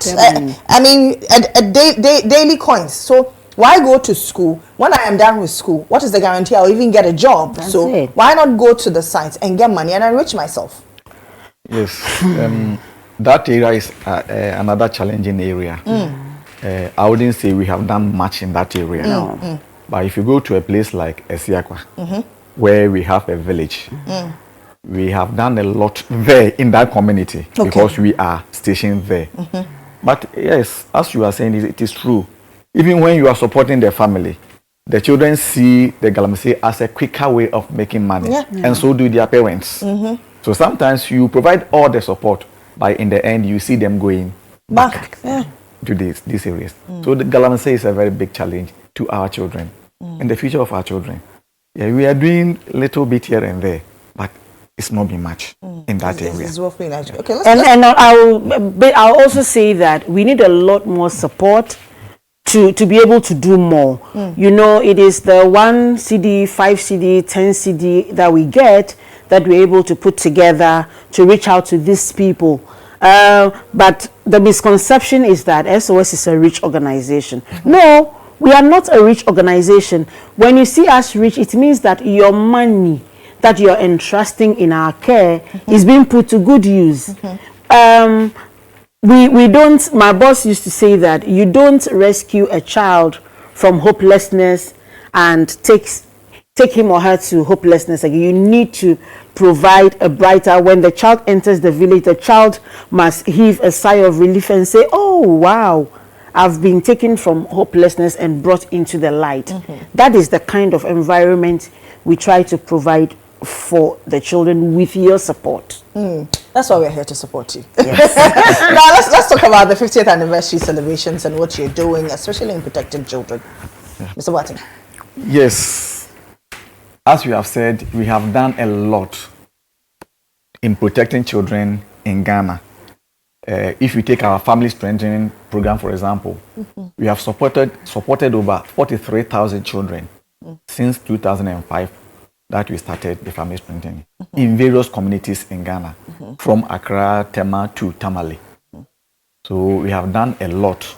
And when we take our institutional care, that is the alternative care in the villages, we've supported over 4,000 children. And many of them are serving in various capacities in Ghana, medical doctors to the police, or you can mention. So we have done a lot, and we have also implemented so many projects in Ghana, supporting various groups, especially youth, women, children, and so on. Now we are at 50. So we are looking at what we have done. We are looking at the successes, how far you have come. How far we have come. And what can we do more? Exactly. And then we seek the support of our communities, our people, like you and many others, so that we can do more. So that what is ahead of us in the next 50 years, then we can sit down and plan. Then tomorrow we are having a conference on strengthening alternative care in Ghana, child protection and alternative care in Ghana. We want to dialogue with other alternative care and child protection support service providers. We want to judge with them. We want to share our successes and take feedback from them as to what can we do better? What have we done well? Where do we need to collaborate more? Who are willing to collaborate with us into the next chapter? 50 is gone. Yes, we're setting ourselves on a new. And then on the 26th of July, we are having a dinner. At this dinner, we are launching a book about the 50 years journey. We want to talk about the successes that we've chalked, where we've come from, who we have partnered with, which communities we have worked with, who we have raised. Like he said, we have medical doctors, chartered accountants, lawyers. We have children who are doing very, very, very well, and some of whom are giving back to the organization. So we want to share our success stories with the country, and then also award organizations who have been part of the 50 years journey. Bolare has been part of us for the past 15 years. He's done quite a lot. He's supported us. He's brought his friends in. We want to celebrate all these people who have been there for us, and the children, young people, and families we work with. 50 years on, are there specific areas that you think that you should have tackled, and so going forward is essential or is a priority for you? Youth development, which came later. We have a strategic goal 2030, which has 7 core areas, and one of the areas is innovating alternative care. If you knew what we know now, I think we would have delved into youth empowerment a bit earlier, because we've realized that yes, the youth are not the future, they are today. And so we need to pay a bit more attention to them. The organization started, initially we weren't doing youth empowerment as a core function. We were doing that with children, young people, and families. We treated children under our family strengthening program. But now youth empowerment is a core function of the organization. And we realized that we're churning out very confident and empowered youth that are very interesting to listen to. And so I'm personally inviting you to the dinner. You will get to hear from some of them and how the organization have had a very strong impact on them. And so yes, for the past 4 or 5 years, we've really focused on partnering with DHL and other organizations who really believe in youth empowerment, and we are empowering more youth. Yes, to add to that, yes, we are also looking at intensify the innovation of our alternative care. So this time we are expanding more in providing support for children in their own communities and reducing those we are bringing into the residential care. That is what the whole world is going now. We are trying to make sure that we will, as much as possible, reduce the separation of children from their families so that children can grow in their own communities. They will not lose the touch of their culture, their language, and all those things. Talking about touch of culture, a lot of people say our family systems that we used to practice back then has broken down significantly. How do we tackle this? That's a very big challenge as a nation. Yes, now people are running away from the extended family and concentrating on the nuclear family system. And this is what is creating problem for many children. That is why a father dies and then the mother alone has to take care of all the children, which is becoming a very big problem. But we are doing a lot of education. Okay. We are trying to meet a lot of community leaders that we need to go back. Even not only the extended family, but the community as a whole. In the olden days, if there's a problem, the whole community can come together and support one family. Right. Support just a child for the child to become successful. So we are now dialoguing with community leaders, our pastors, our churches, and all those things, so that we can still go back and imbibe some of these elements that were holding society together. So tomorrow is the conference. Yes. Where? Clogsag Nathan Kwao Auditorium. Okay. The Clogsag what's the name? Information Services. Information Services Department. Okay. Yes. It starts at 10 a.m. Yes, if you're someone who's interested in child protection, safeguarding children, and alternative care, be there at 10 to join us, have an interesting conversation. You'll be seated by 9:30, because at 10 exactly the program starts. And if you're not able to make it to, you can log on to any of our social media handles. Okay. We are on Facebook. So it's a hybrid conference. Yes, SOS Children's Villages Ghana. On LinkedIn, SOS Children's Villages in Ghana. On YouTube, SOS Children's Villages Ghana. On Instagram, SOS Children's Villages Ghana, one word. On Twitter, SOS or X, SOS CV Ghana. And then be part. Yes, we'll be streaming live tomorrow. Okay. Thank you very much. And many CSOs will be there, UNICEF will be there. Okay. The Minister, Honorable GHOne Newman will be there. And many Department other of Social Welfare, Department of Children, Africa, USAID, they will all be there to give statements. All the big names in alternative care will be there tomorrow. Be there. Okay. Yeah. So we'll see you tomorrow at 10 a.m. Yes. Thank you very much. So that's George Yalboati, his National Alternative Care Advisor, SOS Children Village, and Edith Ifuahiagbis, Communications and Brands Manager at the SOS Children's Village. We're done talking about children protection. We take a quick breather. When we come back, there's more here on the show. Stay tuned in. Welcome back to the show. You're still watching GH Today here on GH1 Television, and it's time for Hard Talk. And on Hard Talk today, my guest in the studio is someone who is not new to Ghana's political space. He used to lead a political party. He's still very much involved in Ghana's politics, and he has for a very long time been preaching for there to be a change, and a breakaway from the duopoly that Ghana has been saddled with, if you want to describe it as such, since 1992, being the NPP and the NDC. If you're wondering who I'm talking about, the man in the studio this morning is Akwesi Adai Odike. Of course, the name sounds familiar to you. Good morning. Good morning, my brother. Welcome. Thank you. How are you doing? By His grace, I'm doing well. Good to know. And where have you been? Where have you been hiding? What have you been up to? We are championing the change, and we are crisscrossing the country to disseminate our message for the change to the people at the grassroots. You joined the Alliance for Revolutionary Change. Yes, please. Or should I say the Movement for Change? It's now the Alliance for Revolutionary Change, right? So you joined them. Why? Because if we want change, we must change before we will have the change. If you want to change, you change before you can expect change. So the duopoly, like you said, has been with us all these years. And Ghana is retrogressing. We are losing everything.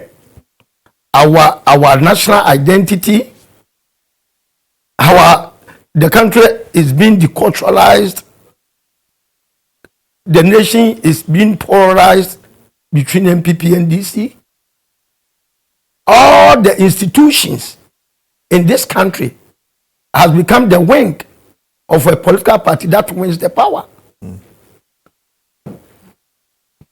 Political segregation, culture of impunity, and domestic racism. If you don't belong to their party, you are out. And how can we develop this country with this divided front? So that's why you decided to join the alliance. Ghana is an independent country. We need independent-minded people to form synergies of managers to manage this country. An independent candidate as their leader. That is what we need now. Something that will bring all hands on deck. Something that will select leaders into various levels of positions by meritocracy. We need an all-inclusive, honest governance. But from 1992, just like you said, till today, we've witnessed government by the few, for the few, and the few benefit. It can't continue, my brother. So I have in my hand here a book that you've written. It's called Union Government, a New Philosophy for Democratic Leadership. So this is a book by Mr. Odike here. I'm reading the preface, and it says that readers of this concept of government must suspend the interest derived from partisan politics and their parochial interests and the associated benefits and replace it with a national interest. This union government concept will be seen as practical, beneficial, and our current political, economic, and socio-cultural solutions. Right? So this is what you are proposing, and this is what you have proposed. Perfect. It's not something, this is not the first time I've heard you talk about something like this, right? When you were the leader of a political party, I'm pretty sure on a number of occasions you mentioned something called a union government, which you believed in. How does this philosophy that you have, and one that you want to champion, and you had wanted to champion as a leader of this country, how does that tie into, what the Alliance for Revolutionary Change wants to do, that you found it necessary to join them? Yes, I was invited by my senior brother, an astute politician, and Mr. Dua, Alan Kojuche Martin, to come and join force with Movement for Change, alongside Abu Sakara and the rest. And the reason is one, Ghanaians want a third force seriously. And one tree cannot make a forest. So there must be amalgamated of interest groups to prosecute that. And I was called upon to join. The governance structure, the cluster in Alliance for Revolutionary Change document here is in line with union government. You see, leadership is what drives economic development. Ghana, we have everything to become a wealthy and a mightier nation.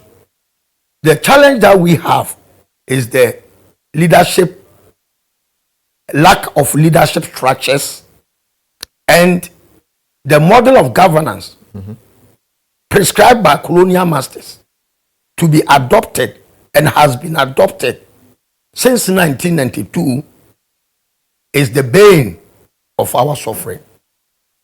We are retrogressing, and this can't continue. It must be truncated. So therefore, when Mr. Lantam invited me to join, we discussed back and forth for a while before we came into an agreement. And lo and behold, we are singing the same song. So therefore, why didn't we tie the knot together and save this country from further economic despondencies? How would you describe the work of this government so far in the last 7 years that they've been in office? He has said it all. When he was voting during their primaries, he said that I leave this country for the next government to come and fix it. So it's an acceptance of failure. He himself has admitted that all is not well. So he is keeping Ghanaians in a suspense from then to have a government that will come and fix our numerous challenges confronting us. Are you talking about the president? Oh, yes. I'm not saying this. He said it. So if we're Ghanaian now, we are paying Akufo-Addo for no dividends from that day till today. He's not in charge. And nothing is happening. He's very oblivion to the presidency. And you are supporting someone who was a member of this government. You've decided to join his alliance, his movement. And he was a part of this government for a greater majority of the 7 or 8 year tenure. So what makes you believe that he's going to be any different? You are someone who has always not supported any political party. And here is someone who broke away from this ruling government. You said it because of a fallout. You've said it all. During Broke the away. primaries. Broke away. Yes, broke away. It means that belongs. Broke away not because he didn't believe in the ideals of the party, but because what happened during the primaries he felt was unfair, and so he left the party. If you belong to an unfair group and you see the light and you break away, is it a crime? You were in the darkness, and that belongs to history. Anybody who take a different decision, the last organization it belongs to history. But let us not concentrate on where it's coming from. For me, normally I don't care about the messenger. I care about the message. I don't look at who the messenger is, but the message, the content, the import of the message. But isn't the messenger also important? I mean, if the messenger is the one saying that he's going to do all of this, isn't the caliber of person the messenger is also important? For me, no, because if a madman wake up and say, Ghana, this is the way to make your CD stronger, and I go and sit in my quiet office, diagnose and bisect it, and see that what the madman is saying is reasonable. It doesn't matter when it's coming from a madman, because a madman is not 24-hour mad. Sometimes he can reason. So why not? It is about the message. And this is something that is eroding this country of good people who can step forward to offer alternatives. They look up to where you are coming from. They don't want to know even the message. It's very bad. This attitude of Ghanaians is so dangerous for the development of this country. Because somebody may be a downtrodden person or in a tattered clothes, but the mind is working more than somebody who is in suit. But we'll always look up to somebody who is somebody in the society. It's wrong. Ideas can come from any place, but just listen. What is the embodiment of Alan Kwadwo Martin? What is his traits? These are the things that we have to go and take and find out. Is he capable of leading this country? What has he done before? What is his past record? Look, in leadership, we bring the best out of others. If you're a leader, you bring the best out of others. But here we dwell on so much on the negativity. That is why we are not advancing. Kwadwo Martin is a doer. And before I joined, I dig into his past, his flaws, his success, and then I saw that the successes outweigh the flaws. So why not? He is the man of the moment. I can tell you, the three candidates, Jomama, Bawumia, and Alan Martin, he stands tall. There's also Cheddar. Okay, fine. The four. Alan Martin stands tall. So what Ghanaians want? You want a party or a rescuer? Party doesn't change anything. It is just a club. It is just a group of people coming together as a club, so to speak. But it takes one person to change the fortunes of the people. Okay. That is why Akufo-Addo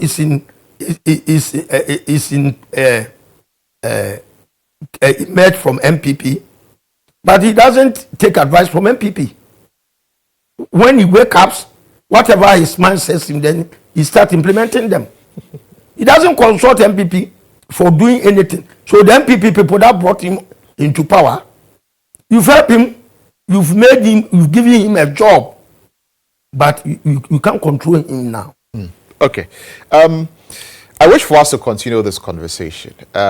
Would you be available for us to have more time to really get into some of these issues?